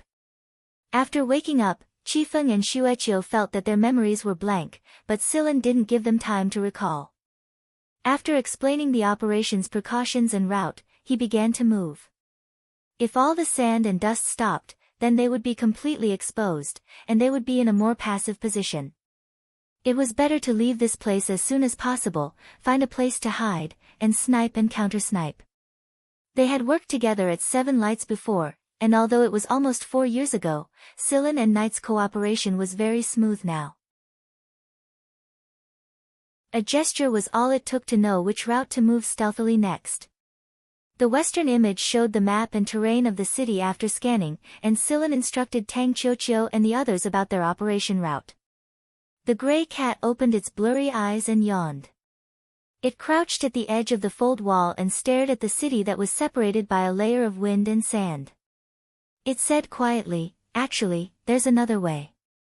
It's safer this way." "What way?" Scylla and Tang Qiuqiu looked at Huimao. Huimao licked his claws and said calmly, "Dig a hole." Scylla. "Our main goal right now is to delay until the military's rescue team arrives. It's not like we're going to attack. If we hide underground and perform a little surgery on their underground detection device, it won't be a problem to delay them for 6 hours. But the truth is that you're too lazy to move, aren't you?" Scylla criticized inwardly.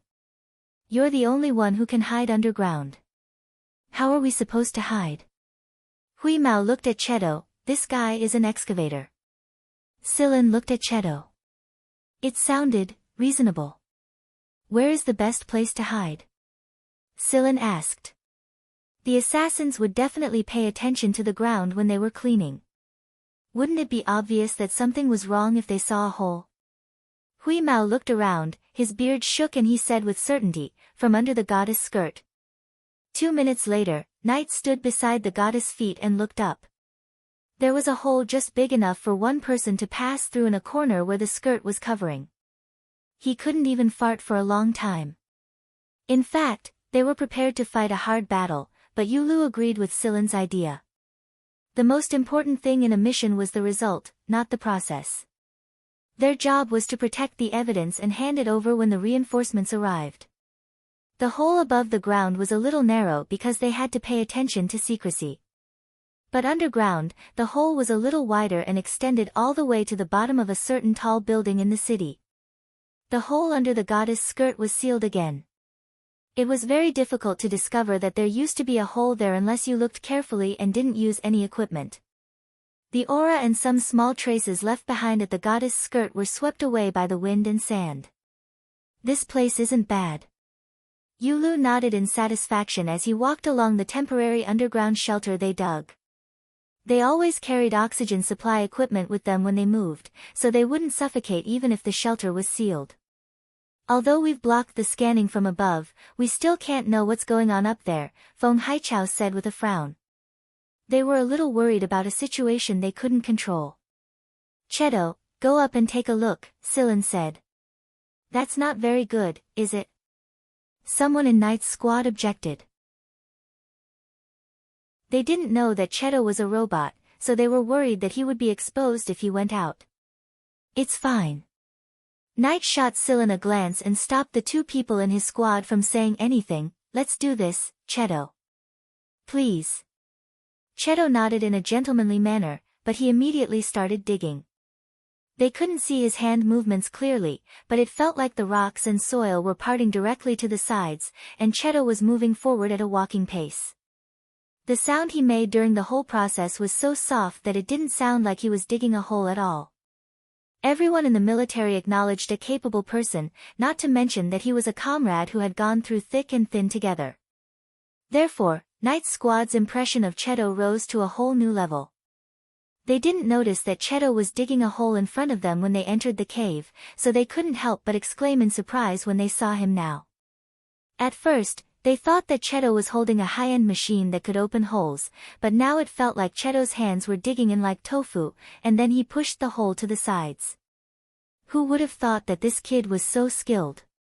After Cheto went up, he hid himself in a remote corner of the underground building and avoided the surveillance cameras. His body transformed and stuck to the metal objects around him.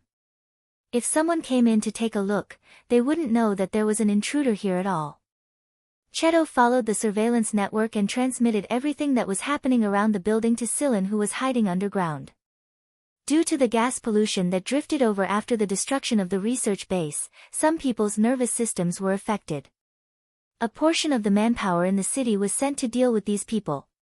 There weren't many parasites left, so they were quickly taken care of by Crodwell's men. Some of the guards who escaped from the lab were killed by the assassins, and all the humans and beasts who escaped from the lab were taken care of by the people scattered around the city. However, in another tall building in the city, Crodwell was very angry because he hadn't found the intruders yet. He wasn't stupid enough to think that the intruders had perished along with the research base. Send more men and continue to search. Search thoroughly. Search the guards thoroughly. I'd rather kill the wrong person than let a suspicious person go. Crodwell roared angrily. The army would be here in a few hours, and if the rats found some bad evidence, Caldwell's future would be bleak. However, an hour passed.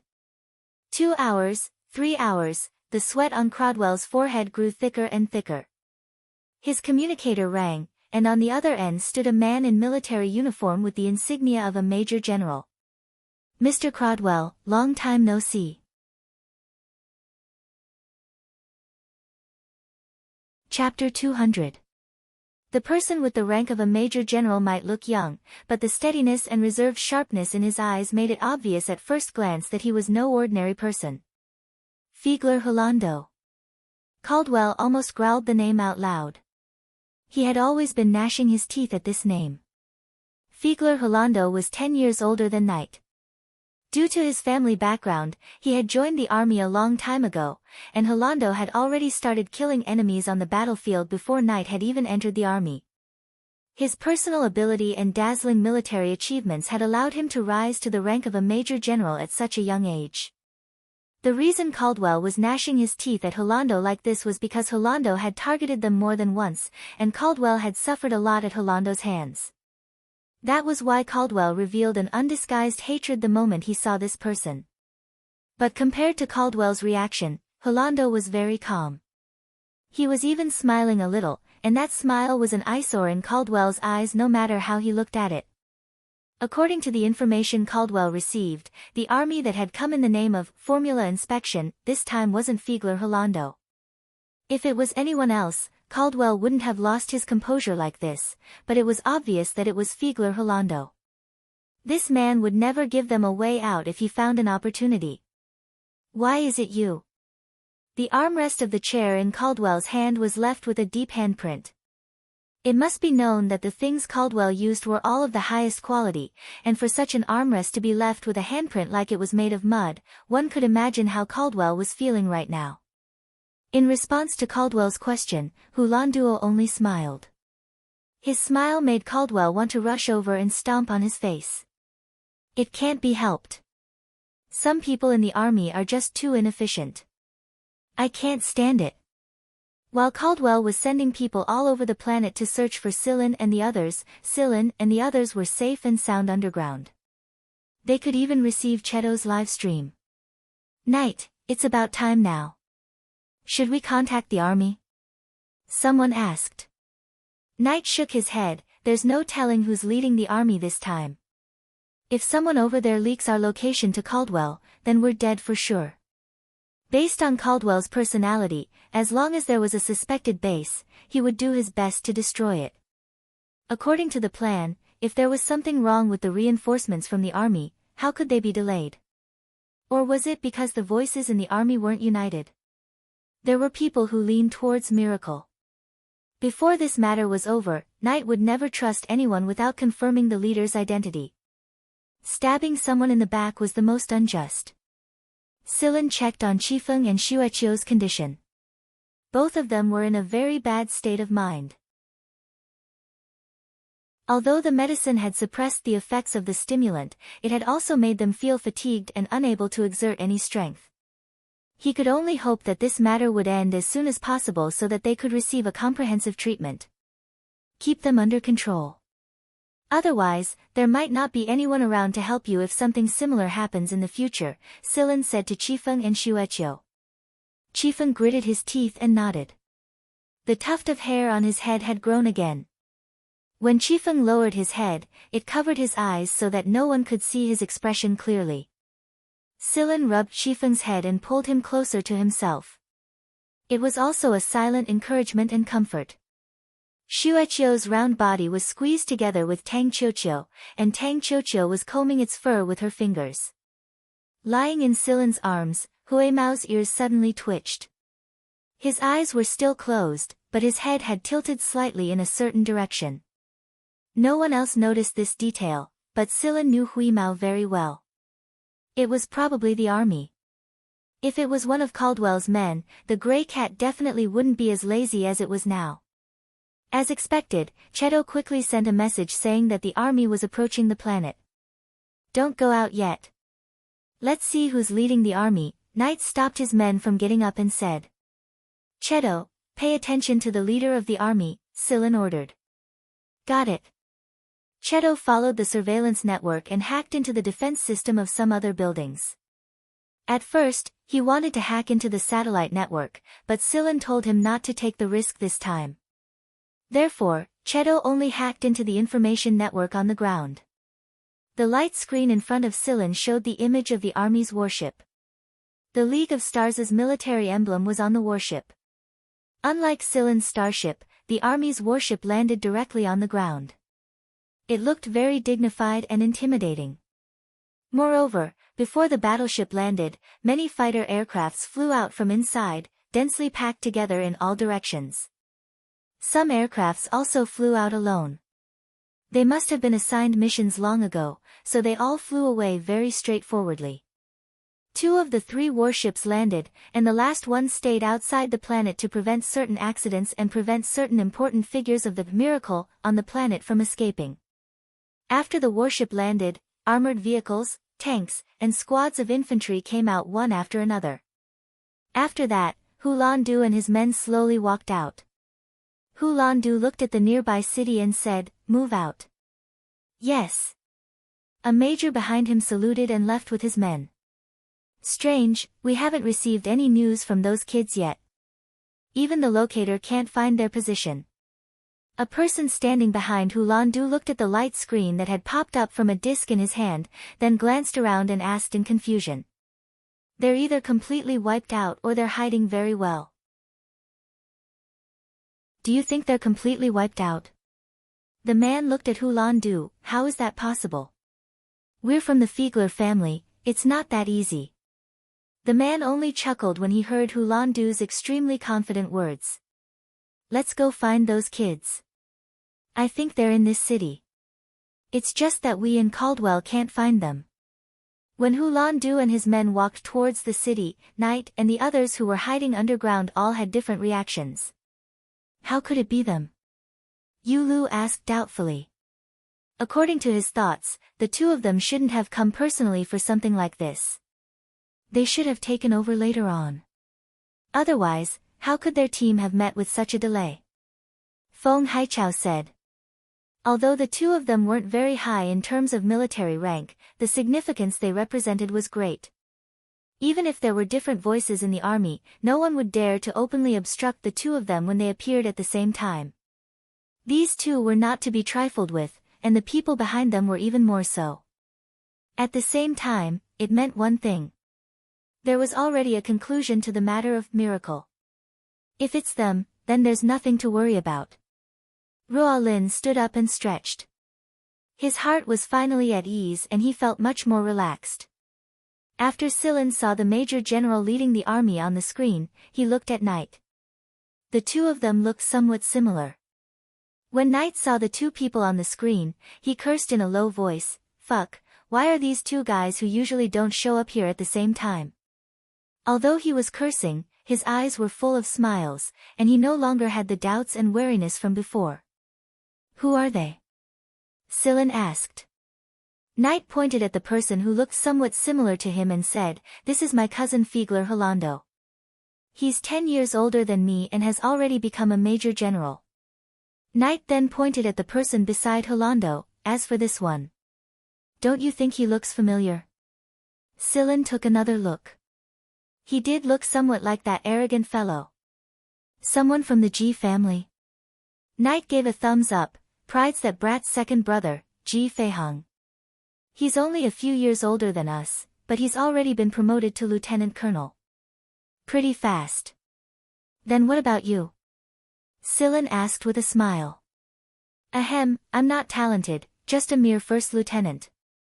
Suddenly remembering something, Knight gave Silin a punch. Didn't that guy Lung tell you? He did.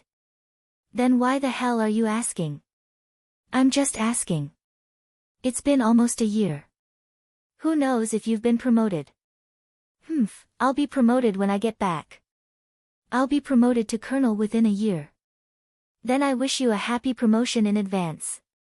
In the League of Stars, the promotion of one's military rank was achieved through hard work. Just like this time, if they had not encountered Silin, Knight and the others would definitely have experienced a difficult and bloody battle. Are you preparing to go out? Silin asked. Knight looked at the time and said, in another hour.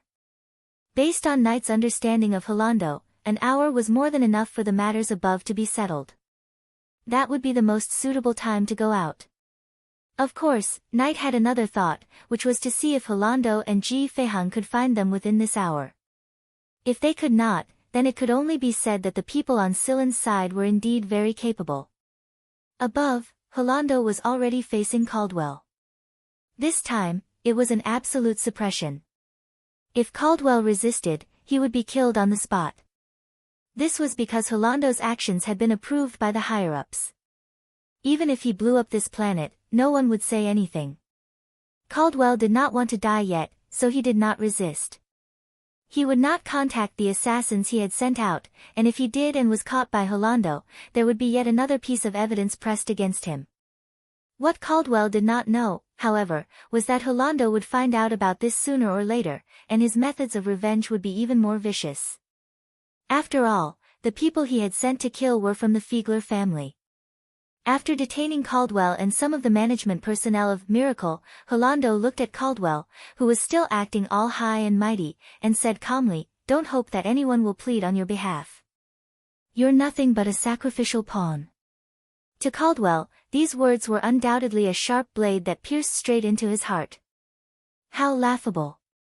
He, Caldwell, had just mocked Shelt as a sacrificial pawn, but a few hours later, it would be his turn. As a sacrificial pawn, he knew very well how the people behind Miracle did things. They would never let him live to the final trial. You can't do this to me. You can't do this to me. I'm going to see. Before Caldwell could finish his sentence, he was knocked unconscious by a soldier indicated by Rolando. The main point of the instructions Rolando had received was not on the people behind Miracle. He had already received quite a few hints. What should be vague should be vague. There were some things that everyone knew even if he did not say them. Others might not know who was behind Miracle, but there was no way that person from the Fiegler family did not know. As for the evidence Knight was looking for, it was nothing more than an honorable reason to make a move. Moreover, this move was nothing more than a cover for the overall goal. Only when Hulanduo accepted this mission did he realize why the military had suddenly unified their voices. Go look for it. Hulando gave Ji Feihang a look. Ji Feihang nodded and walked out with a small box in his hand. Not long after, Ji Feihang returned with the box.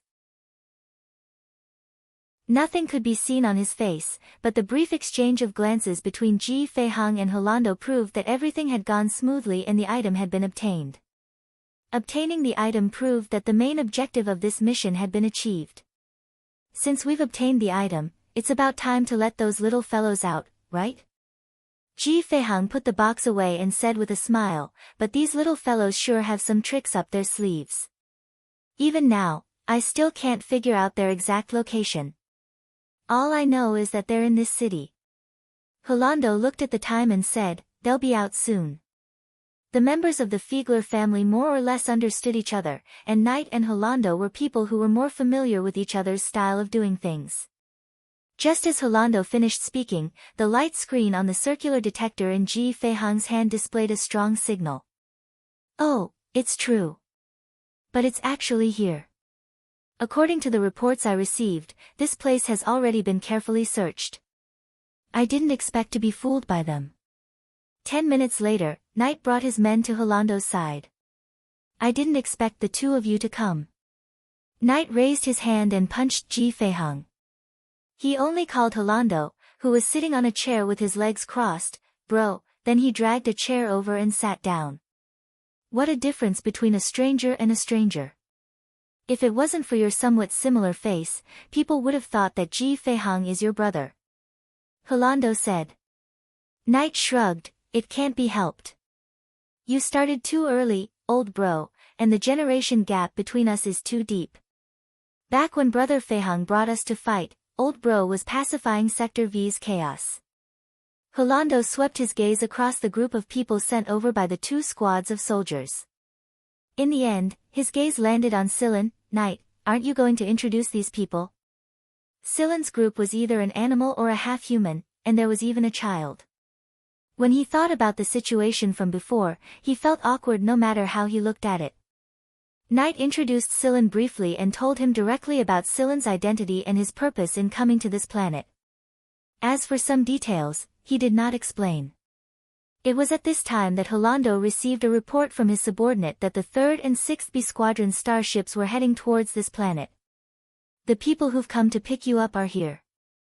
Hulando looked at the two starships on the display and said. Hulando did not make things difficult for Silan's group. In fact, he even sent a spaceplane to send them over. In reality, it wasn't that Hulando did not want to ask, it was that he could not. The way he looked at Knight was already glaring at him a few times. As for Ji Feihang, when he heard the name Silan, he looked at Silan with a meaningful gaze. The first time he heard the name Silan was from his younger brother Pride. Ji Feihang had no choice but to look at a person who could make the usually proud Pride give such a high evaluation. However, it looked like they would not have the chance to learn more about him now. 2 squads of the Hunter Regiment had come over to demand their people, so they could not hold them back no matter what. When Silan was facing Hulandu and Ji Feihang, she did not show any special expression. There was no nervousness, and there was no obvious alienation. She just had a calm attitude, and she even gave Hu Landu and Ji Feihang a smile that could be considered sincere out of respect for Night. However, that smile looked silly no matter how one looked at it. It made the corner of Night's mouth twitch. Silen brought Tang Qiuqiu and the others on the spaceplane sent by Holando and arrived at the spaceport outside the planet. There was already a spaceplane waiting there. Shotten, Carrie, and the others were all standing there. When they saw that Silen and the others were unscathed, they also let out a sigh of relief. Shotten stopped Carrie from speaking. "We'll talk when we get back." After bidding farewell to Night through the communicator, Silen followed Shotten back to the 6th Division's starship. The first thing he did when he got back was to call Tico and Lycrabe over. Together, they gave Qifeng and Xueqiu a thorough checkup and treated them accordingly. After working for nearly 50 hours, they were finally released. After exiting the infirmary, Silen briefly told everyone about what had happened on that planet. No matter what, at least everyone was fine. Shotten also let out a sigh of relief. However, he was also rather angry at the Miracle Company. Who would have thought that the people of Miracle would be so daring? They clearly knew the identities of Tang Qiuqiu and the others, but they still dared to make a move. If they were from the A Squadron, the people of Miracle probably would not dare to touch them. It seemed that the 6th Division still had to hurry up and develop. After working for so long, Silen was unbelievably tired. After taking care of everything, he took a shower and lay down on his bed, ready to rest. However, before that, there was one more thing he had to take care of. He scooped up Huimao, who was lying on the edge of the bed pretending to be asleep, and rubbed Huimao's belly. "Tell me, I haven't had a good sleep for a few days, and I've lost a lot of weight." Huimao snorted as he opened his eyes and complained, "I've wanted to tell you for a long time, but you've been busy. I couldn't find the chance." After changing to a more comfortable position, Huimao said, "When I was at Night's place, I felt a familiar presence." "What presence?" "The presence of a Lillo's star map fragment. It's different from yours, but I'm sure that it's a Lillo's star map fragment."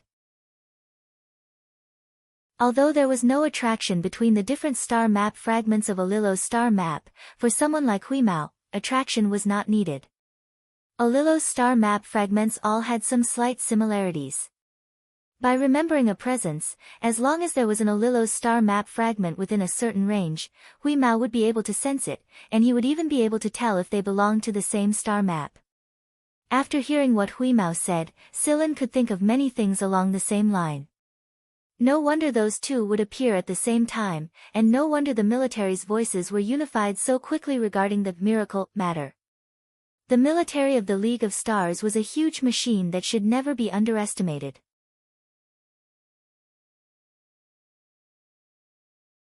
Chapter 201.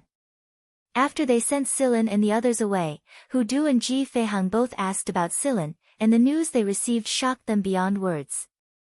The fact that Vanguard was able to evade their detection and escape from so many puppets and experimental beasts proved that Vanguard truly lived up to its name.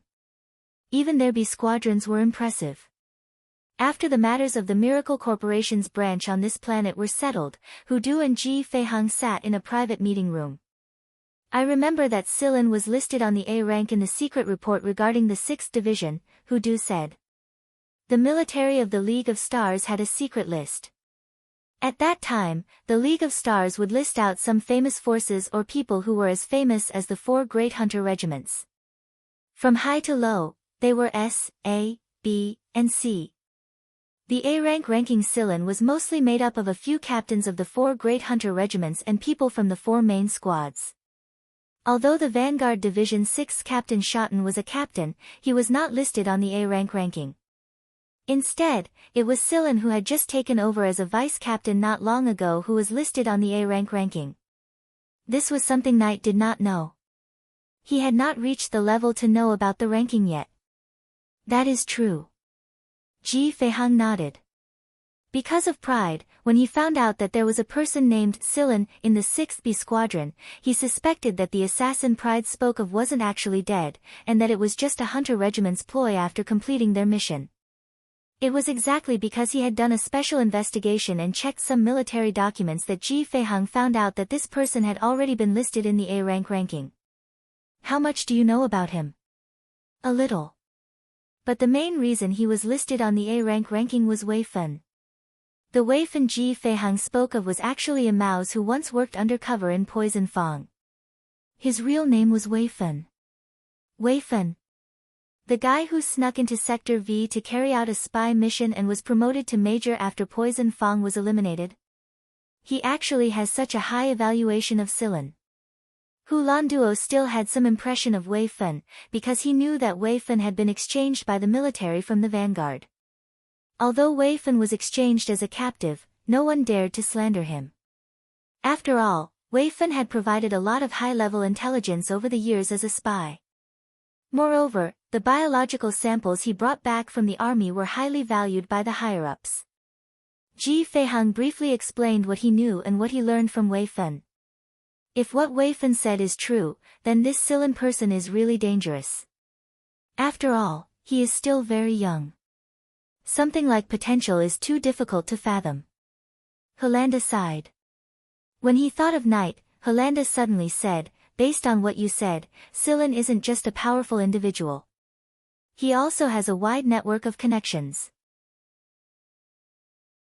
Your Fiegler family's knight, Andriera family's eccentric Kai Long, the CI family's CI Jincheng, the 4-star academician's old man Mo, and the one who surprised me even more was the Yu family's little grandaunt. All of these people are connected to Silen. Hu Landuo let out a low laugh. Interesting. He stopped studying Silen and asked, are there still no video recordings on the other side? No. All the surveillance devices are collectively blinded, and the research base's AI system, HAL, has been hacked and destroyed. That Cheto is the only person who can escape our signal detection. It is very difficult to figure out his background. Hu Landuo crossed his arms and asked in puzzlement, Cheto. Silen. What is their relationship? Before this, I don't remember this person being mentioned in the investigation report on Vanguard Division 6. Ever since the 6th Division came out of Sector Z, the military had investigated Vanguard Division 6 in detail. However, there was no such person as Cheto. Every B squadron absorbs new blood. This Cheto is probably one of them. Unfortunately, we don't have the chance to test their strength. Hu Landuo looked at the sky outside and said in a low voice, there will be a chance. Right now, Silen was completely unaware that he was listed on the military's secret A-rank list. Right now, he was performing a final checkup on Qifeng and Xueqiu together with Tico and Lycrabe. The results are pretty good. At this rate, they should be able to fully recover in 2 days. Silen patted Xueqiu's fat butt and grabbed the white fatty's ear just as he was about to slip away. Control your appetite for the next 2 days after you fully recover. Don't overeat. After being listless for a few days, the white fatty had lost a lot of weight and regained his vigor. He would probably eat to his heart's content until he had indigestion. Hearing Silen's words, Xueqiu's ears drooped and looked pitifully at Silen. There's no point in acting pitiful. Wheeze, keep an eye on him. If you see him overeating, give him a claw and make him lie down for a few more days. Got it. At the side, Huimao wagged his tail inattentively and ignored Xueqiu's pleading eyes. Qifeng became a little more diligent after he recovered. He sought out Carrie and the others to give him pointers on combat and marksmanship. Even in his sleep, he practiced piloting the virtual cabin. The experience this time was a pretty big blow to him. After the disappearance incident at the City of Trade, everyone realized that this was no longer the era when people didn't even dare to touch the squads of the Big Four. After dealing with Qifeng and Xueqiu, Silen returned to his room and called Cheto over. Together, they read the chip's contents. Since he was bored, Huimao also joined in. There was a lot of information hidden in the 2 sets of DNA, but even Silen was shocked by what he saw. There were too many people connected to Miracle Corporation, and there were some politicians who looked like they were worried about their allies and their people. In fact, they had secretly supplied Miracle Corporation with a lot of experimental subjects that came from unorthodox sources. The 13 backward sectors were especially populated by people. After all, most of the planets there were underdeveloped, and losing a few thousand people wouldn't affect them at all. It was possible to analyze the factional struggles between the political groups and the League of Stars' military from the list and its contents. Although Sillin couldn't do anything with these lists right now, it might come in handy in the future. To be honest, Sillin was a little disappointed. The Fujihara family wasn't included in the list. What kind of existence was the Hara family? Shoten had just finished reading the chip's contents when he received an urgent message and hurried to the main starship's conference room. It was a meeting. What happened this time? Sillin put away the chip and went to the main starship. What's wrong? Sillin asked. Shoten looked at the lieutenant commanders and pressed a button. A light screen appeared on the conference table and displayed a video. It was a video reported by a very influential media in the League of Stars. Olilo's cage? Sillin thought. He knew that the video was related to Olilo's cage the moment he saw it. Shoten might know a little about Olilo's cage, but the other lieutenant commanders didn't. That being said, Shoten briefly explained some things about Olilo during the meeting. He didn't go into detail though. He only explained the important points. If the conflict 50 years ago was about the universal energy, White Knight, then this time it was about another matter altogether. Moreover, it was under the military's control. Just as Hui Mao had predicted, Hu Landu and Ji Feihang obtained an Olilo star map fragment from Miracle. Adding that the military already had such star map fragments, they pieced together the star map, found the key, and opened Olilo's cage. However, they didn't expect that Olilo's cage would be like this after it was opened. In the myth of creation, one of Olilo's cages was the God's Back Garden, that represented a fairyland. Surprisingly, the location of this God's Back Garden was actually a place in Sector Z. A lot of astronomers had once studied Sector Z, but due to the harsh space environment, their understanding of Sector Z was still at an elementary stage. However, a long time ago, some researchers had discovered a black hole area in Sector Z. What they saw through their binoculars was a large black area, and none of the probes they sent out had returned. Some said that it was a black hole, but according to the data provided by the probes on the outside, it wasn't a black hole. However, there was no other explanation. Those who were lucky enough to enter that area never came out again. The moment they entered the black area, all communication was cut off, and it was a permanent cut. Therefore, the League of Stars didn't have high restrictions on the development and adventuring of Sector Z. Sometimes, they would even encourage hunter regiments and adventurers to enter the area, and then buy the information from these hunter regiments and adventurers at a high price. But now, no one had expected that the black hole area was actually one of Olilo's.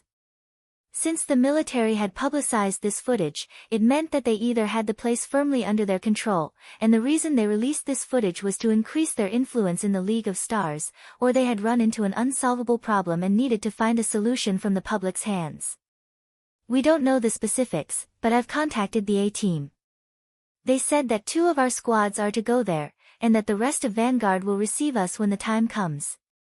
Shoten told the A-team's message to them, but Sillin's thoughts weren't on it. He already knew what the A-team's focus was, but he couldn't shake the feeling that something was wrong. The God's Back Garden, that represented a fairyland.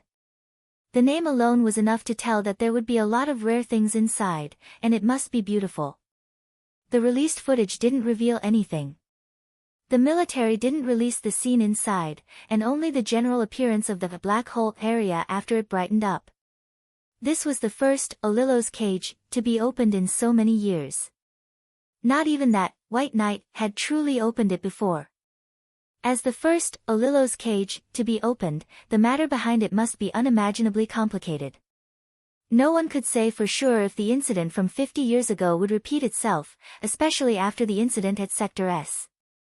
Silen thinks that Mist and Wuxia were the ones who had been too quiet after the incident at Sector S, as if they had never appeared in the first place. There was also Azrael. Every incident involving Azrael was devastating. Silen had a feeling that these guys would all appear at God's back garden this time.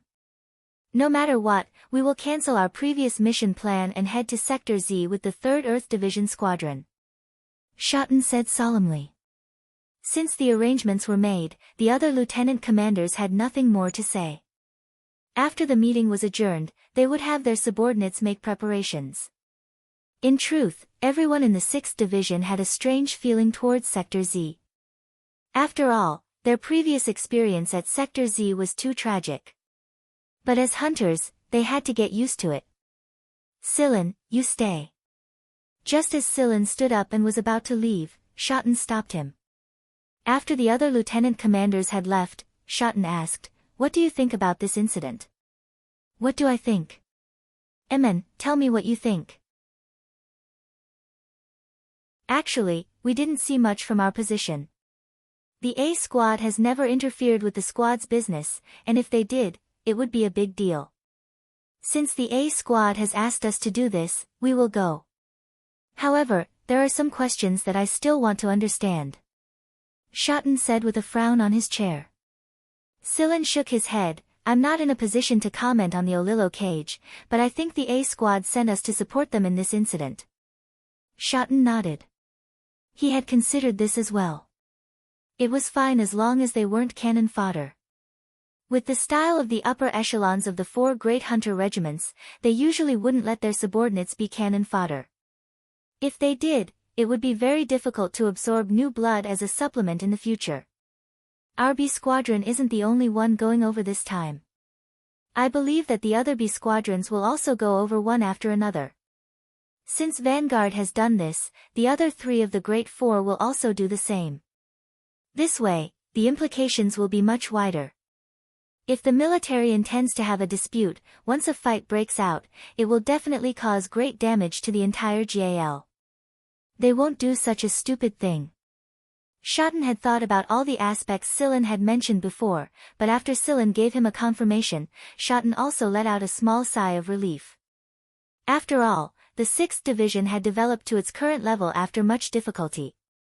If they were to suffer another great blow, Schotten would vomit blood. After speaking for a while more, Silen finally left the meeting room and went back to inform everyone about the upcoming formation and things to pay attention to. There was no need to emphasize it any further, and everyone quickly got into the mood. Sector Z was a sector that left a deep impression on them. If they weren't prepared, they might lose their lives. After giving out orders, Silen returned to his room and closed his eyes to think on his bed. There were many things he wouldn't tell Schotten directly. It would expose too much of himself. Silen wasn't ready to take out the 2 Olillo star map fragments he had yet. Now wasn't the time yet, and taking them out would only bring destruction to the entire 6th Division. As he thought, Silen felt a little tired and slowly fell asleep. Who's talking? In a daze, 2 voices appeared in Silen's mind. Other than the voices, Silen also vaguely felt a familiar and strong magnetic field change, air pressure change, and a sudden change in temperature that rose more than 50 degrees in a second before falling below 0. His surroundings were dark, and he couldn't see anything. He could only hear the hazy voices, the sounds of fighting, the strange gunshots, and the strange yet familiar energy fluctuations. Suddenly, Silen felt a heavy blow to his abdomen, shattering all the voices and sensations. Silen abruptly opened his eyes and saw Huimao bouncing on his stomach. Letting out a long breath and wiping the sweat off his forehead, Silen mumbled, "What the hell are you doing?" We stopped bouncing when it saw that Silen had woken up. It stared at Silen from head to toe with its round cat eyes and moved its ears a little. Then, it said with a grateful look on its face, "You were very strange just now. You looked like you were in hibernation, but your heartbeat was very fast and irregular, and you were sweating a lot. Look at you, you're wet, sticky, and dirty. You didn't respond when I called you. That's why I did it." Hearing Huimao's words, Silen was stunned. Hypnosis. Sillin thinks laughed. He had hypnotized others so many times, but he didn't expect that he would be the one being hypnotized. If his analysis was correct, the person who hypnotized him was one of the two voices he heard at that time. As long as Sillin thinks thought about what happened at that time, he would be affected by the voice and would not be able to calmly analyze what happened at that time. However, Sillin was puzzled as to why that person chose to hypnotize him instead of killing him directly. It should be known that Sillin did not have the slightest ability to resist at that time. Moreover, in that kind of situation, it was almost impossible for him to survive. Sillin sat up and scratched Huimao's chin. Thanks. Huimao narrowed his eyes and snorted. You had a nightmare, right? I knew it, I wasn't the only one who had a nightmare. What was your nightmare about? Sillin asked as he scratched Huimao's chin. At the mention of this, Huimao's beard trembled. It was about fish biscuits. That day, I dreamt that all the fish biscuits in my cupboard grew legs and ran away. That's why you ate them all the next day. No wonder he saw this glutton squatting there and eating a cupboard full of fish biscuits that day. The floor was covered in crumbs, and Sillin had to clean it for a long time before he could get rid of the fishy smell. I didn't have that dream again after I ate them. Huimao said proudly. Proud my ass. What an idiot. Sillin was utterly speechless towards this cat. Oh right, are we still going to the planet where we discovered the special energy mine at Sector Z? Huimao asked expectantly. When we reach the edge of Sector Z, we will decide the best sailing route. If it's not on our way, then we won't go. If it's on our way, then we can go and see how the planet has been modified. I hope it's on our way. I miss the fish there. Amen. If it's on our way, then let's go and get more living creatures. While Sillin and the others were sailing towards Sector Z, many people from the 4 great hunter regiments were also rushing towards Sector Z. At that time, it would be the true gathering of the 4 great hunter regiments. No one could say for sure what kind of collision would occur, but one thing was for sure. This time, it would be the most influential gathering in the entire League of Stars.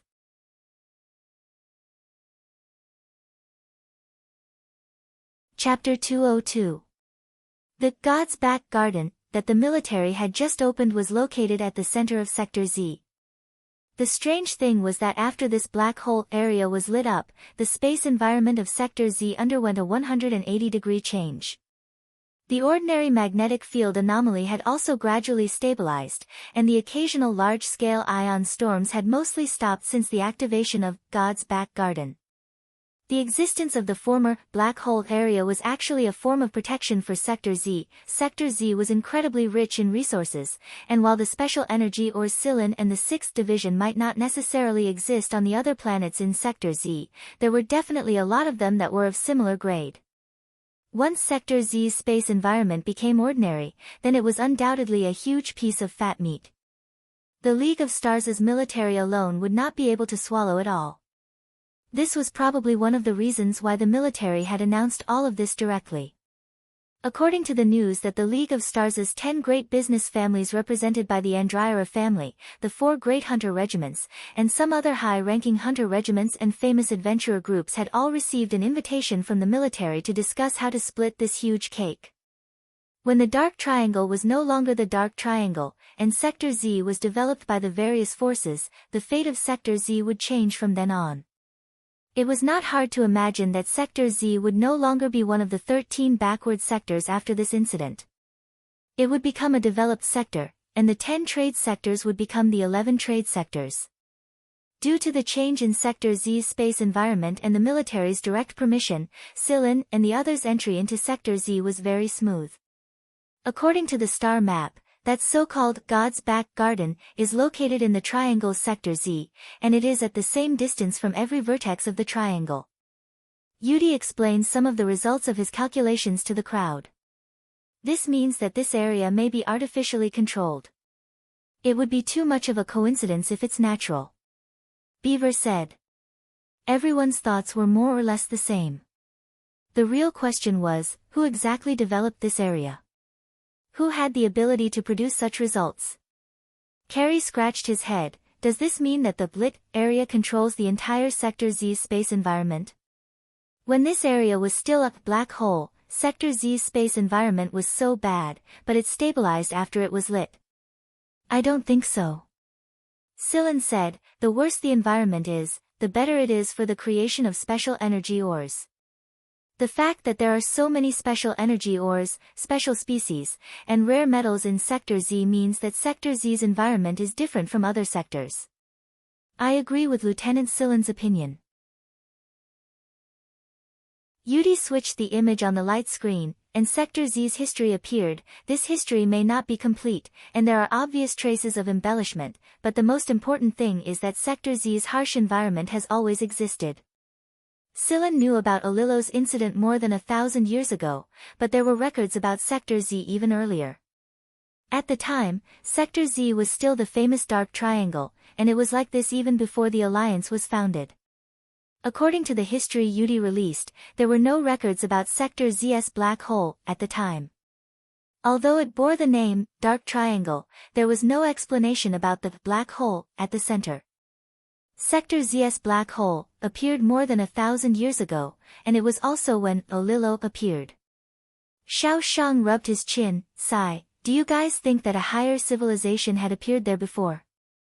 Otherwise, even the League of Stars wouldn't be able to achieve such a feat right now, would they? Yudi glanced sideways at him and said, we'll know if it's a higher civilization after we go there. If it's a higher civilization, we can see it clearly from the building traces there. Sillin looked carefully at the records about Sector Z on the image. It was a record from 1,000 years ago. Something's not right. Sillin pointed at the description of Sector Z. No matter how I look at it, the records are even scarier than the Sector Z we know.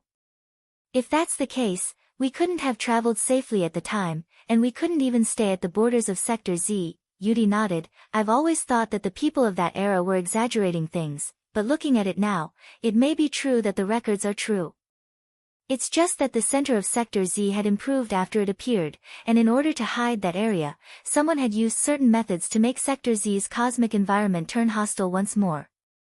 But that area is real, so no matter how they tried to hide it, Sector Z is no longer as hostile as it was 1,000 years ago. Something suddenly became clear in Sillin's mind. The Wonderland Olillo was talking about wasn't just that lit-up area, but the entire Sector Z. The lit-up area was admittedly the core, but that area's existence was to improve Sector Z. Once it was improved, the entire Sector Z would become a fertile land. This was a huge gift. In reality, the conclusion of Sillin's squad's discussion was more or less the same as the military's analysis.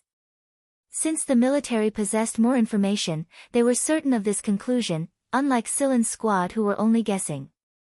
After a period of flight, the 3rd B Squadron and the 6th Division arrived at the coordinates given by the A Squadron at the same time. At the time, the image released by the military was blurry, and no one could see the full picture of the lit-up area clearly. But now that they saw it with their own eyes, it was truly amazing. There was a star in its prime, in this area, and the planets orbiting this star each had their own unique characteristics. Among them was a giant planet with a rank A habitability. There was a satellite belt around this planet, and on these satellites were some asteroids with rank B and C habitability. However, both the satellite belt and the giant planet were guarded by the military right now. The few planets with rank C habitability and above were all under the military's control. Seeing the military forces dispatched by the League of Stars, there was no way they could keep this a secret even if they didn't announce it to the public. The most amazing thing was that there was a platform between this giant planet and the satellite belt. Yes, a man-made platform that was much bigger than the spaceport Sillin had seen before. It was obvious that this was the spaceport of this giant planet. The spaceports he had seen before were like fishing boats compared to an aircraft carrier. There were many fortress-like buildings on this platform-shaped spaceport. The buildings were surrounded by energy shields, and the military's starships, fighters, and aircrafts were parked in the open areas. Under the flashing light of the energy shields and the illumination of the star, the entire spaceport flashed with a mesmerizing light. It was incomparably dazzling. Who the hell built all of this? It's too fucking cool. Say, how cool would it be if Vanguard's spaceport was built like this? Carrie wanted to stick his face to the display screen. Although Yudi was also very surprised by this spaceport, he still mercilessly attacked Carrie's words. If Vanguard's spaceport was built like this, how much energy would it consume every day?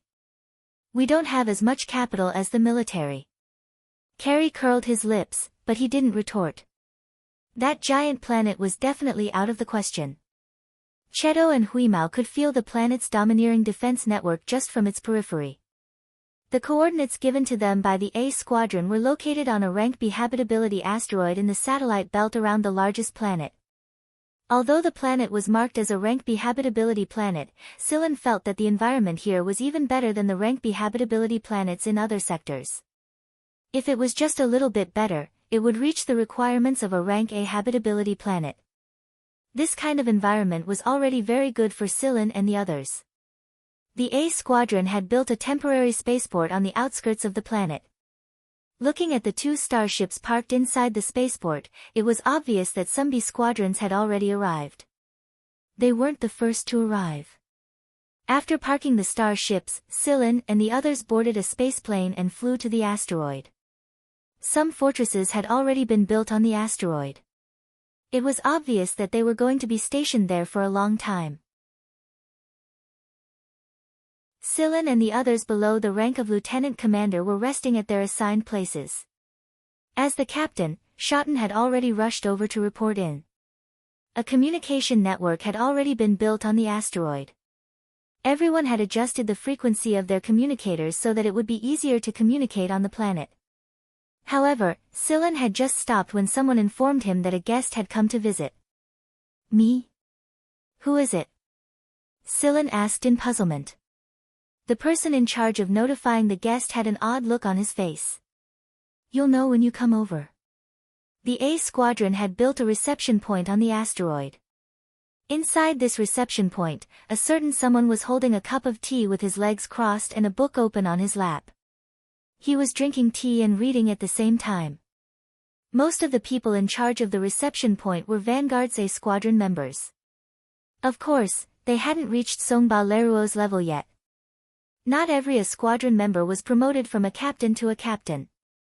Although the youngsters in charge of the reception point were usually a little arrogant, they restrained their arrogance in front of the person who was leisurely drinking tea. Although there was no kindness or malice in their eyes, there was a hint of admiration. A 16 or 17-year-old girl was talking to her friends about the person sitting there. Hey, did you see the emblem on his chest? One of the girl's eyes were full of stars. Another girl replied, how could I not see it? It blinded my eyes. Gentleman, knowledgeable. He doesn't look much older than us, right? He's already a one-star academician at such a young age. A one-star academician at the League of Stars Research Institute. What's wrong with his head? But usually, a gentleman isn't necessarily what he looks like on the inside. A gentleman is nothing more than a patient wolf. What's there to be afraid of? Patient wolf. Forget it, a few boys next to them rolled their eyes. Hey, you two, be more reserved. What's there to be reserved about? The two girls sneered.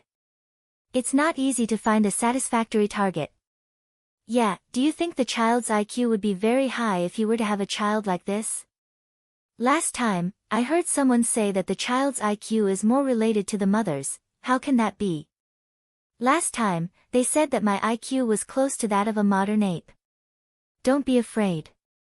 In terms of combat strength, they are like eggs in the hands of a modern ape in front of you. The boys around them sweated profusely as they listened. They glanced at the person who was still sitting there reading peacefully as if he didn't hear what was going on around him.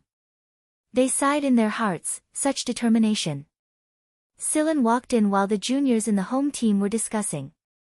Seeing the person who looked like a senior academic sitting there reading and drinking tea, Sillin said in pleasant surprise, I didn't expect you to come. As he spoke, Silin strode over. C.I. Jincheng, who was sitting there drinking tea, raised his eyes to look at Silin.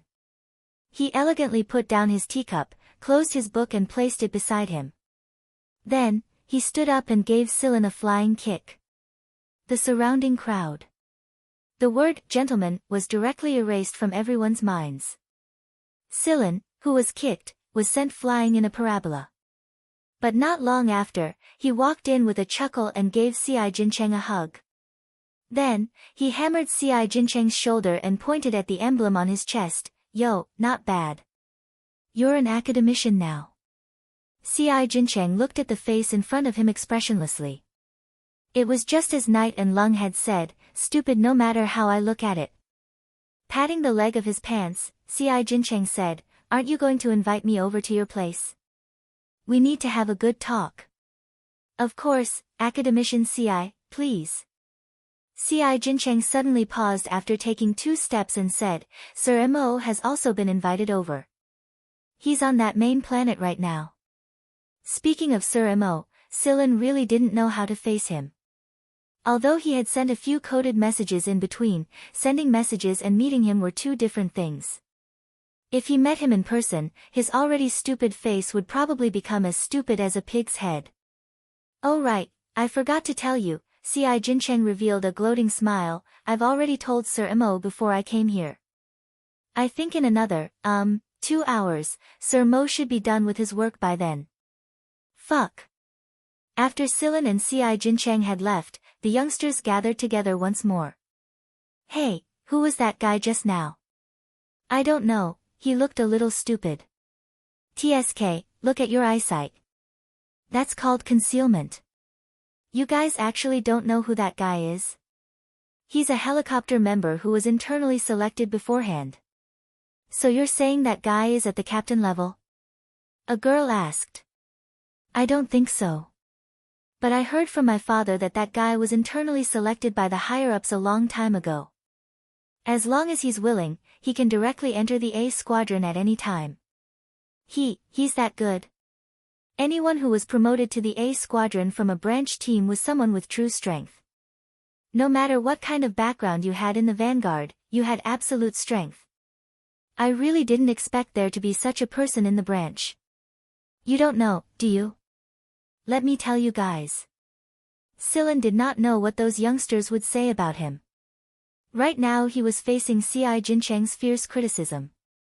As expected of an academician-level figure of the League of Stars Research Institute.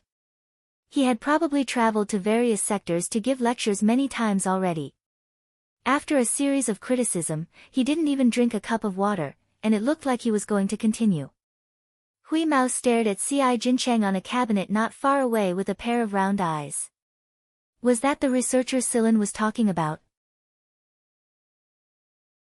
Although Silin said that this was a good researcher, but were there good researchers in the League of Stars? That being said, watching Silin get scolded was a very satisfying thing. While C.I. Jincheng was listing out the troublesome things that had happened during the years when Silin played dead, Silin's communicator rang again. M.O. Hung, old M.O. had arrived. Silin did not need to go to the reception area to pick him up.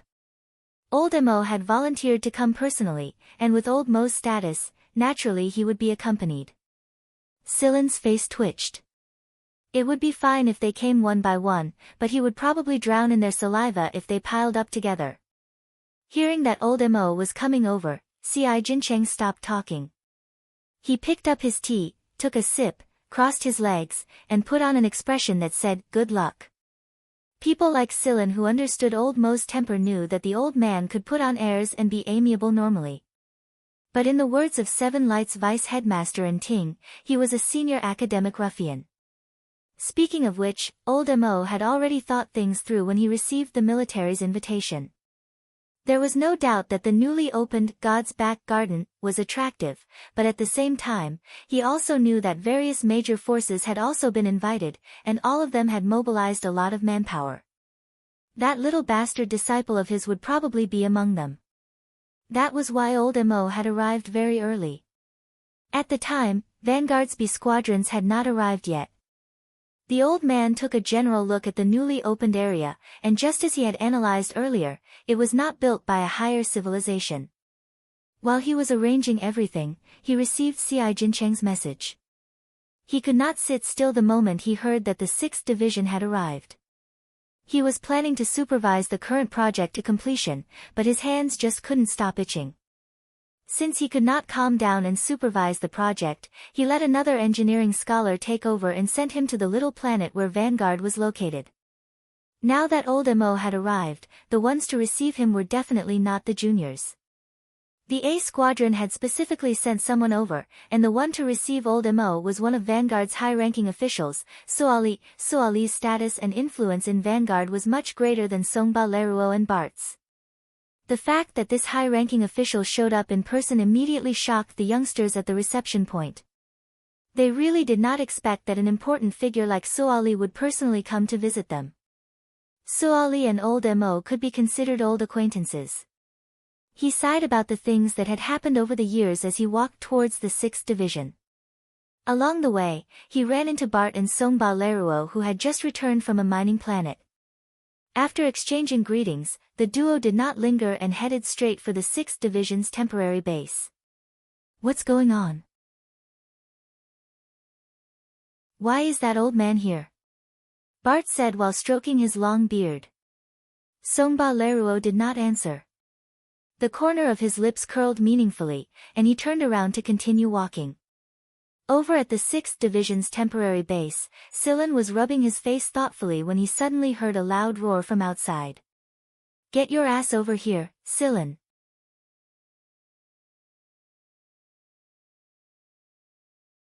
Chapter 203. Mo Hang's roar immediately aroused the curiosity of the 6th Division and the 3rd B Squadron, who were resting in the neighboring building. They stretched their necks and looked over, and some of them even secretly adjusted their surveillance cameras and watched from inside the house. A few of the lieutenant commanders recognized Soali, so they were even more puzzled. Just what kind of person could make Soali accompany him so patiently? Behind Sir Mo were 2 people from the military, and there was also a team of guards at the reception point. The lowest rank of these guards was a major, and they were all here to protect Mo Hung. The 2 people following Mo Hung were both major generals. It was clear how influential Mo Hung was in the military. However, Soali was the only one who knew about this. The people of the 6th and 3rd B Squadrons did not know about this. None of the people protecting Mo Hung were wearing military uniforms or badges, but it was obvious from their movements that they were from the military. It was just that they did not know their ranks. Hearing Mo Hung's voice, Silen hurriedly walked out. It had been a few years since they last met, and to be honest, he missed the old man a lot. He had only seen Sir Mo's image in a few electronic magazines with high contribution points, but that was the side Sir Mo wanted others to see. The other side was only known to those close to him. For example, right now. When Mo Hung saw Silen walking out, he examined him from head to toe. Before this, Mo Hung had seen Silen's current appearance, but after seeing it in person, he still couldn't help but sigh, look at this kid's stupid face. Since there were a lot of people watching, Sir Mo was merciful enough to not make a move. Let's talk inside. Mo Hung put his hands behind his back and walked straight inside with a straight face. After you. Silen let out a sigh of relief. If Mo Hung were to pull his face right now, Silen's prestige would probably drop to 0. The fact that he was pulling a straight face proved that Mo Hung wasn't really angry right now. On the contrary, Sir Mo must be plotting something. This was what Silen guessed based on his understanding of Mo Hung. As expected, the moment he entered, Mo Hung's hand reached out from behind his back and grabbed Silen's face. Squatting on a tall cabinet not far away, Hui Mao's mouth was wide open. Oh my, this old man is even crueler than CI. He actually pinched his face. The faces of the 2 major generals behind Mo Hung twitched. Old Master Mo's old habits were acting up again. They had seen with their own eyes how Elder Mo had pinched the face of their boss, the famous general of the League of Stars, until it was red. Soali, who had followed them in, looked at the master and disciple pair with great interest. He had only heard a few things about Silen from Bart, Nada, and Songba Leruo. Even Ji Feng had praised Silen, so he couldn't tell much about Silen at such a close distance. "You're really heartless, aren't you?" "Yes, yes. If you say so, then it must be." Elder Mo continued to reprimand Silen until he was done. Seeing the red marks on Silen's face, even Soali and the two generals felt pain in their balls and faces. Then, as expected, there was a barrage of criticism and reprimand. He had finally said all the words he had been holding back for so long, and he had scolded everything that needed to be scolded. He beckoned with his hand, and a major general carefully brought over the box he was carrying and a spherical instrument. The moment he saw this, Silen knew that Mo Heng was going to check his homework. Silen hadn't used the instrument to measure the overall accuracy for years, but it shouldn't be lower, right? Silen brought Mo Heng to a temporary workshop, and C.I. Jincheng came over to join in the fun. Hui Mao wouldn't miss this opportunity either. Chedo, who was in the next room, didn't need to go over to watch. He could know what was going on inside through the surveillance network and the monitors in the workshop. Also, he was responsible for destroying the recording after this incident. It was Silen's order. Mo Heng carried the box over and put it on the table. Then, he carefully took out a pile of parts inside. They were all finer parts. He pressed a button on the circular instrument, and it floated up to reveal a scanning hole in Silen's direction. At the same time, a light screen popped up on top of the prototype, displaying some basic test data. Even Soali was a little surprised when he saw the data. It wasn't a lot of parts, but there were almost 100,000 of them. Needless to say, Silen began to move after he pushed aside the parts and took a look. A major general brought over a chair and let Mo Heng sit down. Then, everyone's eyes were subconsciously drawn to Silen's movements. Every time Mo Heng watched Silen assemble, it was like he was admiring a rare work of art. Mo Heng had used one of Silen's assembling videos as a teaching example, but it was more of a deterrent than a guide. After all, there were too few people who could do what Silen did, and not even some of the great instructors in Seven Lights could do it. After Silen had left, every Seven Lights student who had seen the assembling video tried to inquire about the person who did it, but all the instructors who knew the inside story shut their mouths at the same time and said that it was someone related to Mo Heng. Until now, the video was hailed as a classic by the students of Seven Lights. Mo Heng knew from experience that Silen had definitely improved without even looking at the instrument. He would know the answer he wanted as long as he moved his eyes away to look at the data on the light screen of the instrument. But Mo Heng could not bear to move his eyes away. It was undeniable that watching Silen assemble was a pleasure in itself. Unlike the sense of urgency some so-called senior engineers and technicians had when they were assembling, Silen's movements looked very comfortable to the eyes. It was as natural as breathing. However, in reality, Silen's movements were very fast, so fast that it was easy to overlook some of his movements. Even so, it didn't affect the smoothness of his movements at all. Different people, different levels of strength, and different angles of view would more or less miss some of his movements, but all of them were slowly attracted by Silen's hand movements without any prior agreement. At this time, no one in the audience would think about how this person was able to distinguish the order in which the parts were assembled, or why this person knew what parts to assemble without looking at the fitting parts. The audience's mind was actually very empty. As Silen's hands moved, the thoughts in their minds were unconsciously emptied out, and the only thing left in the empty world of their minds was an object that was slowly taking shape. 10 minutes later, a finger-thick, half-meter-long mechanical snake was assembled. The two major generals immediately shuddered. They had actually been distracted just now. If someone had tried to harm Mo Heng during this period of time, they would not have had the time to react at all.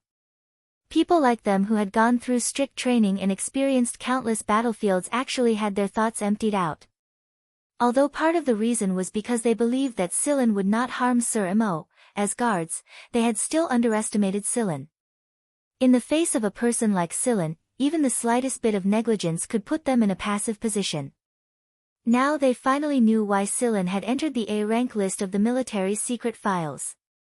The people around Mo Hung would certainly do some research on Sillin. With their status in the military and the secret information provided by General Mo Ching, they naturally knew a lot of things that others did not know, especially about Sillin. At this time, they even wondered how long it would take for Sillin to enter the S-rank list. The assembled mechanical snake did not look like a mechanical snake at all. The special materials and precise assembly made the little snake look no different from a real one. It nimbly circled around Sillin's arm, raised its flat triangular head to look at Mo Hung and the others, and flicked out its tongue. Mo Hung swallowed. When Sillin's hands stopped moving, his mind was no longer on the little snake. He did not need a detector to test the snake's qualification. He could absolutely confirm that it was a high-rank qualification. Mo Hung tilted his head to look at the data displayed on the holographic screen. One of the columns showed a series of numbers.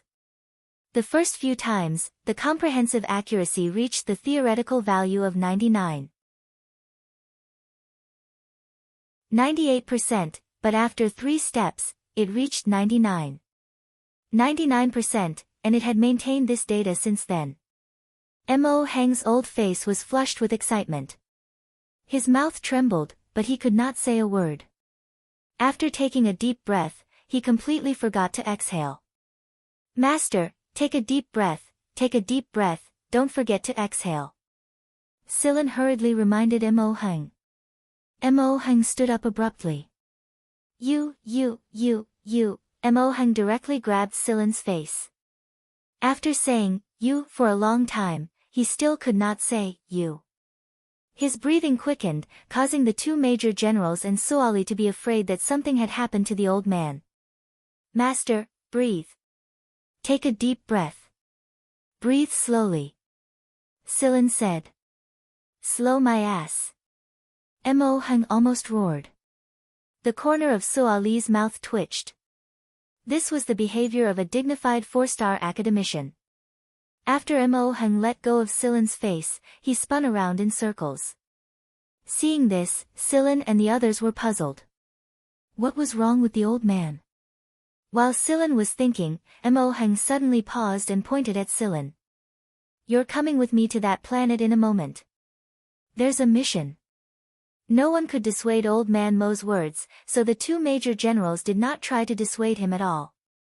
Now that Mo Hung wanted to bring Sillin to that planet, he would definitely need the approval and permission of some people in the military. Old Man Mo would naturally contact the relevant personnel for those matters. They only needed to protect Old Man Mo. Mo Hung was a man of action. After making the decision, he had Sillin pack up his things and bring along any handy tools.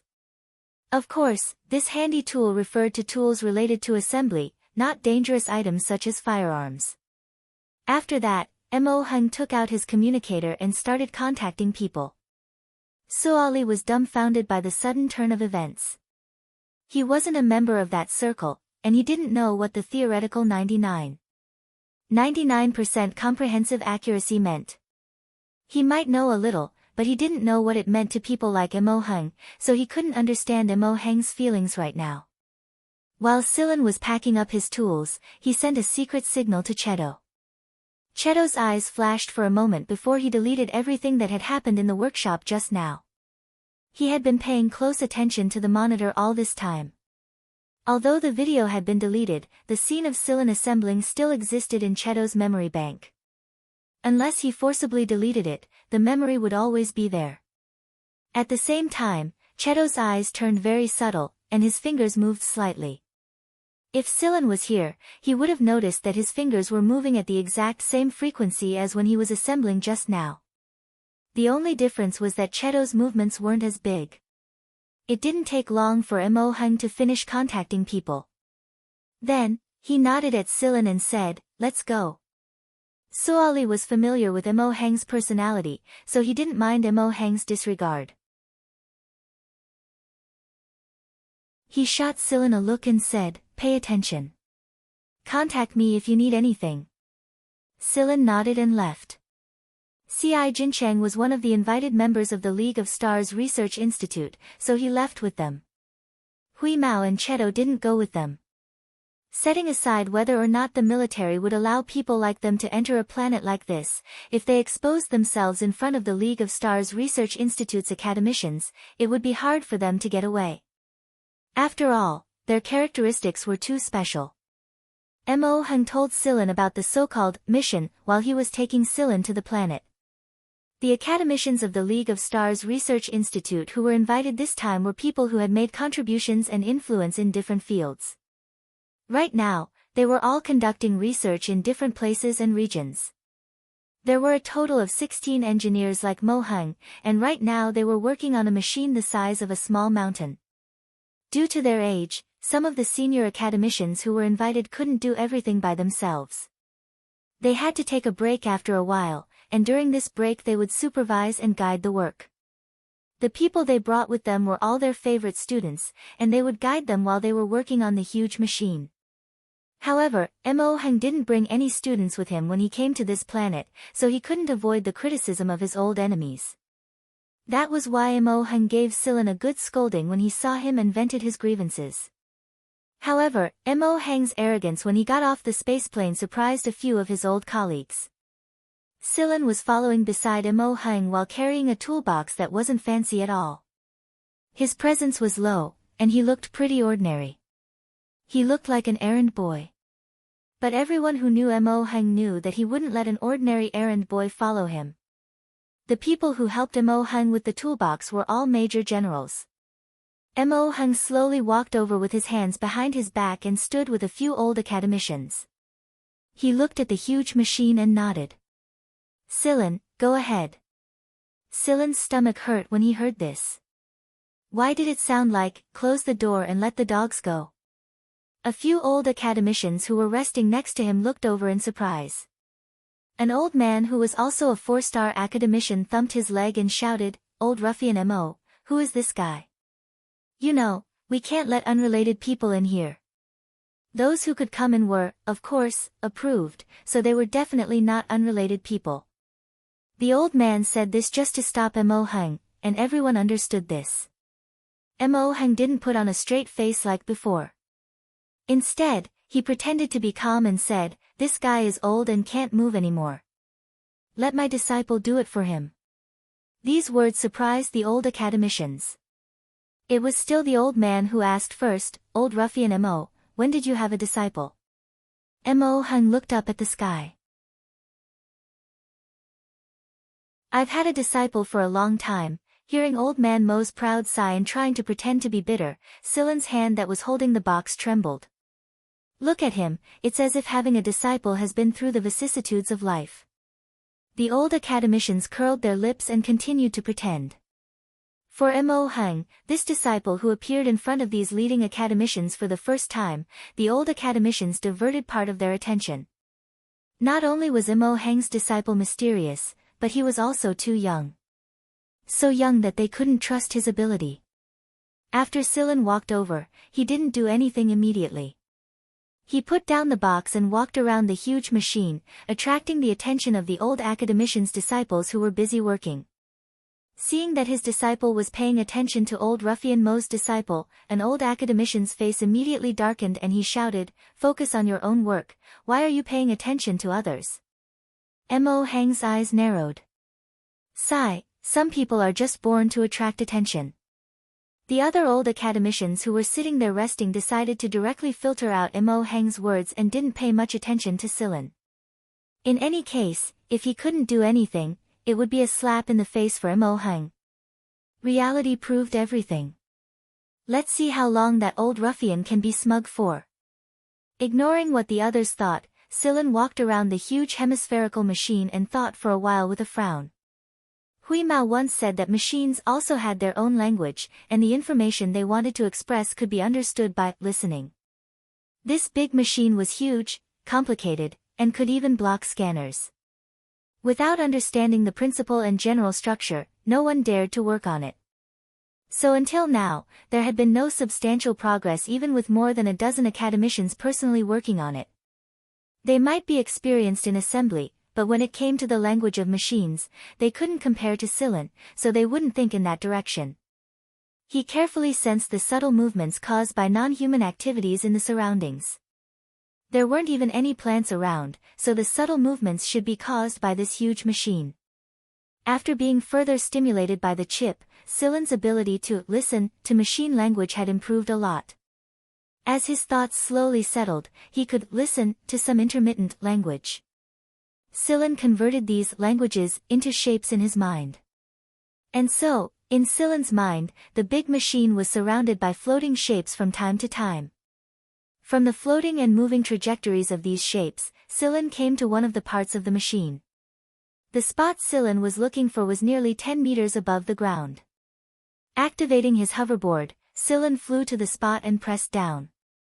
"Hey, kid, don't touch it!" roared an old academician in exasperation. "Impatient, young people are too impatient." Mo Hung didn't care. Being too impatient would only ruin things. He still needed to hone his skills. However, as soon as the old academician finished speaking, the huge, motionless, hemispherical machine split into a few petals like a flower and spread out from the point at the top. Mo Hung slapped his thigh excitedly. "Hey, look, it moved." The old academicians rolled their eyes at the same time. Anyone with eyes would know that it was time to move. However, they had to admit that Mo Hung's mysterious disciple was indeed capable. Whether it was by coincidence or not, he did touch a key spot. This was as exciting as opening a shortcut in a maze. However, looking back at Mo Hung, the old academicians really wanted to remind this arrogant academic ruffian, "Mo, watch out for your arrogant tail." You're tuning in to the Blissful Bookshelf YouTube channel. We're so grateful for your support, and don't forget to subscribe to join us on this incredible journey through captivating stories.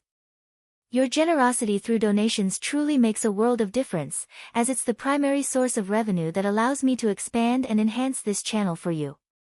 Thank you from the bottom of my heart for being a part of this adventure.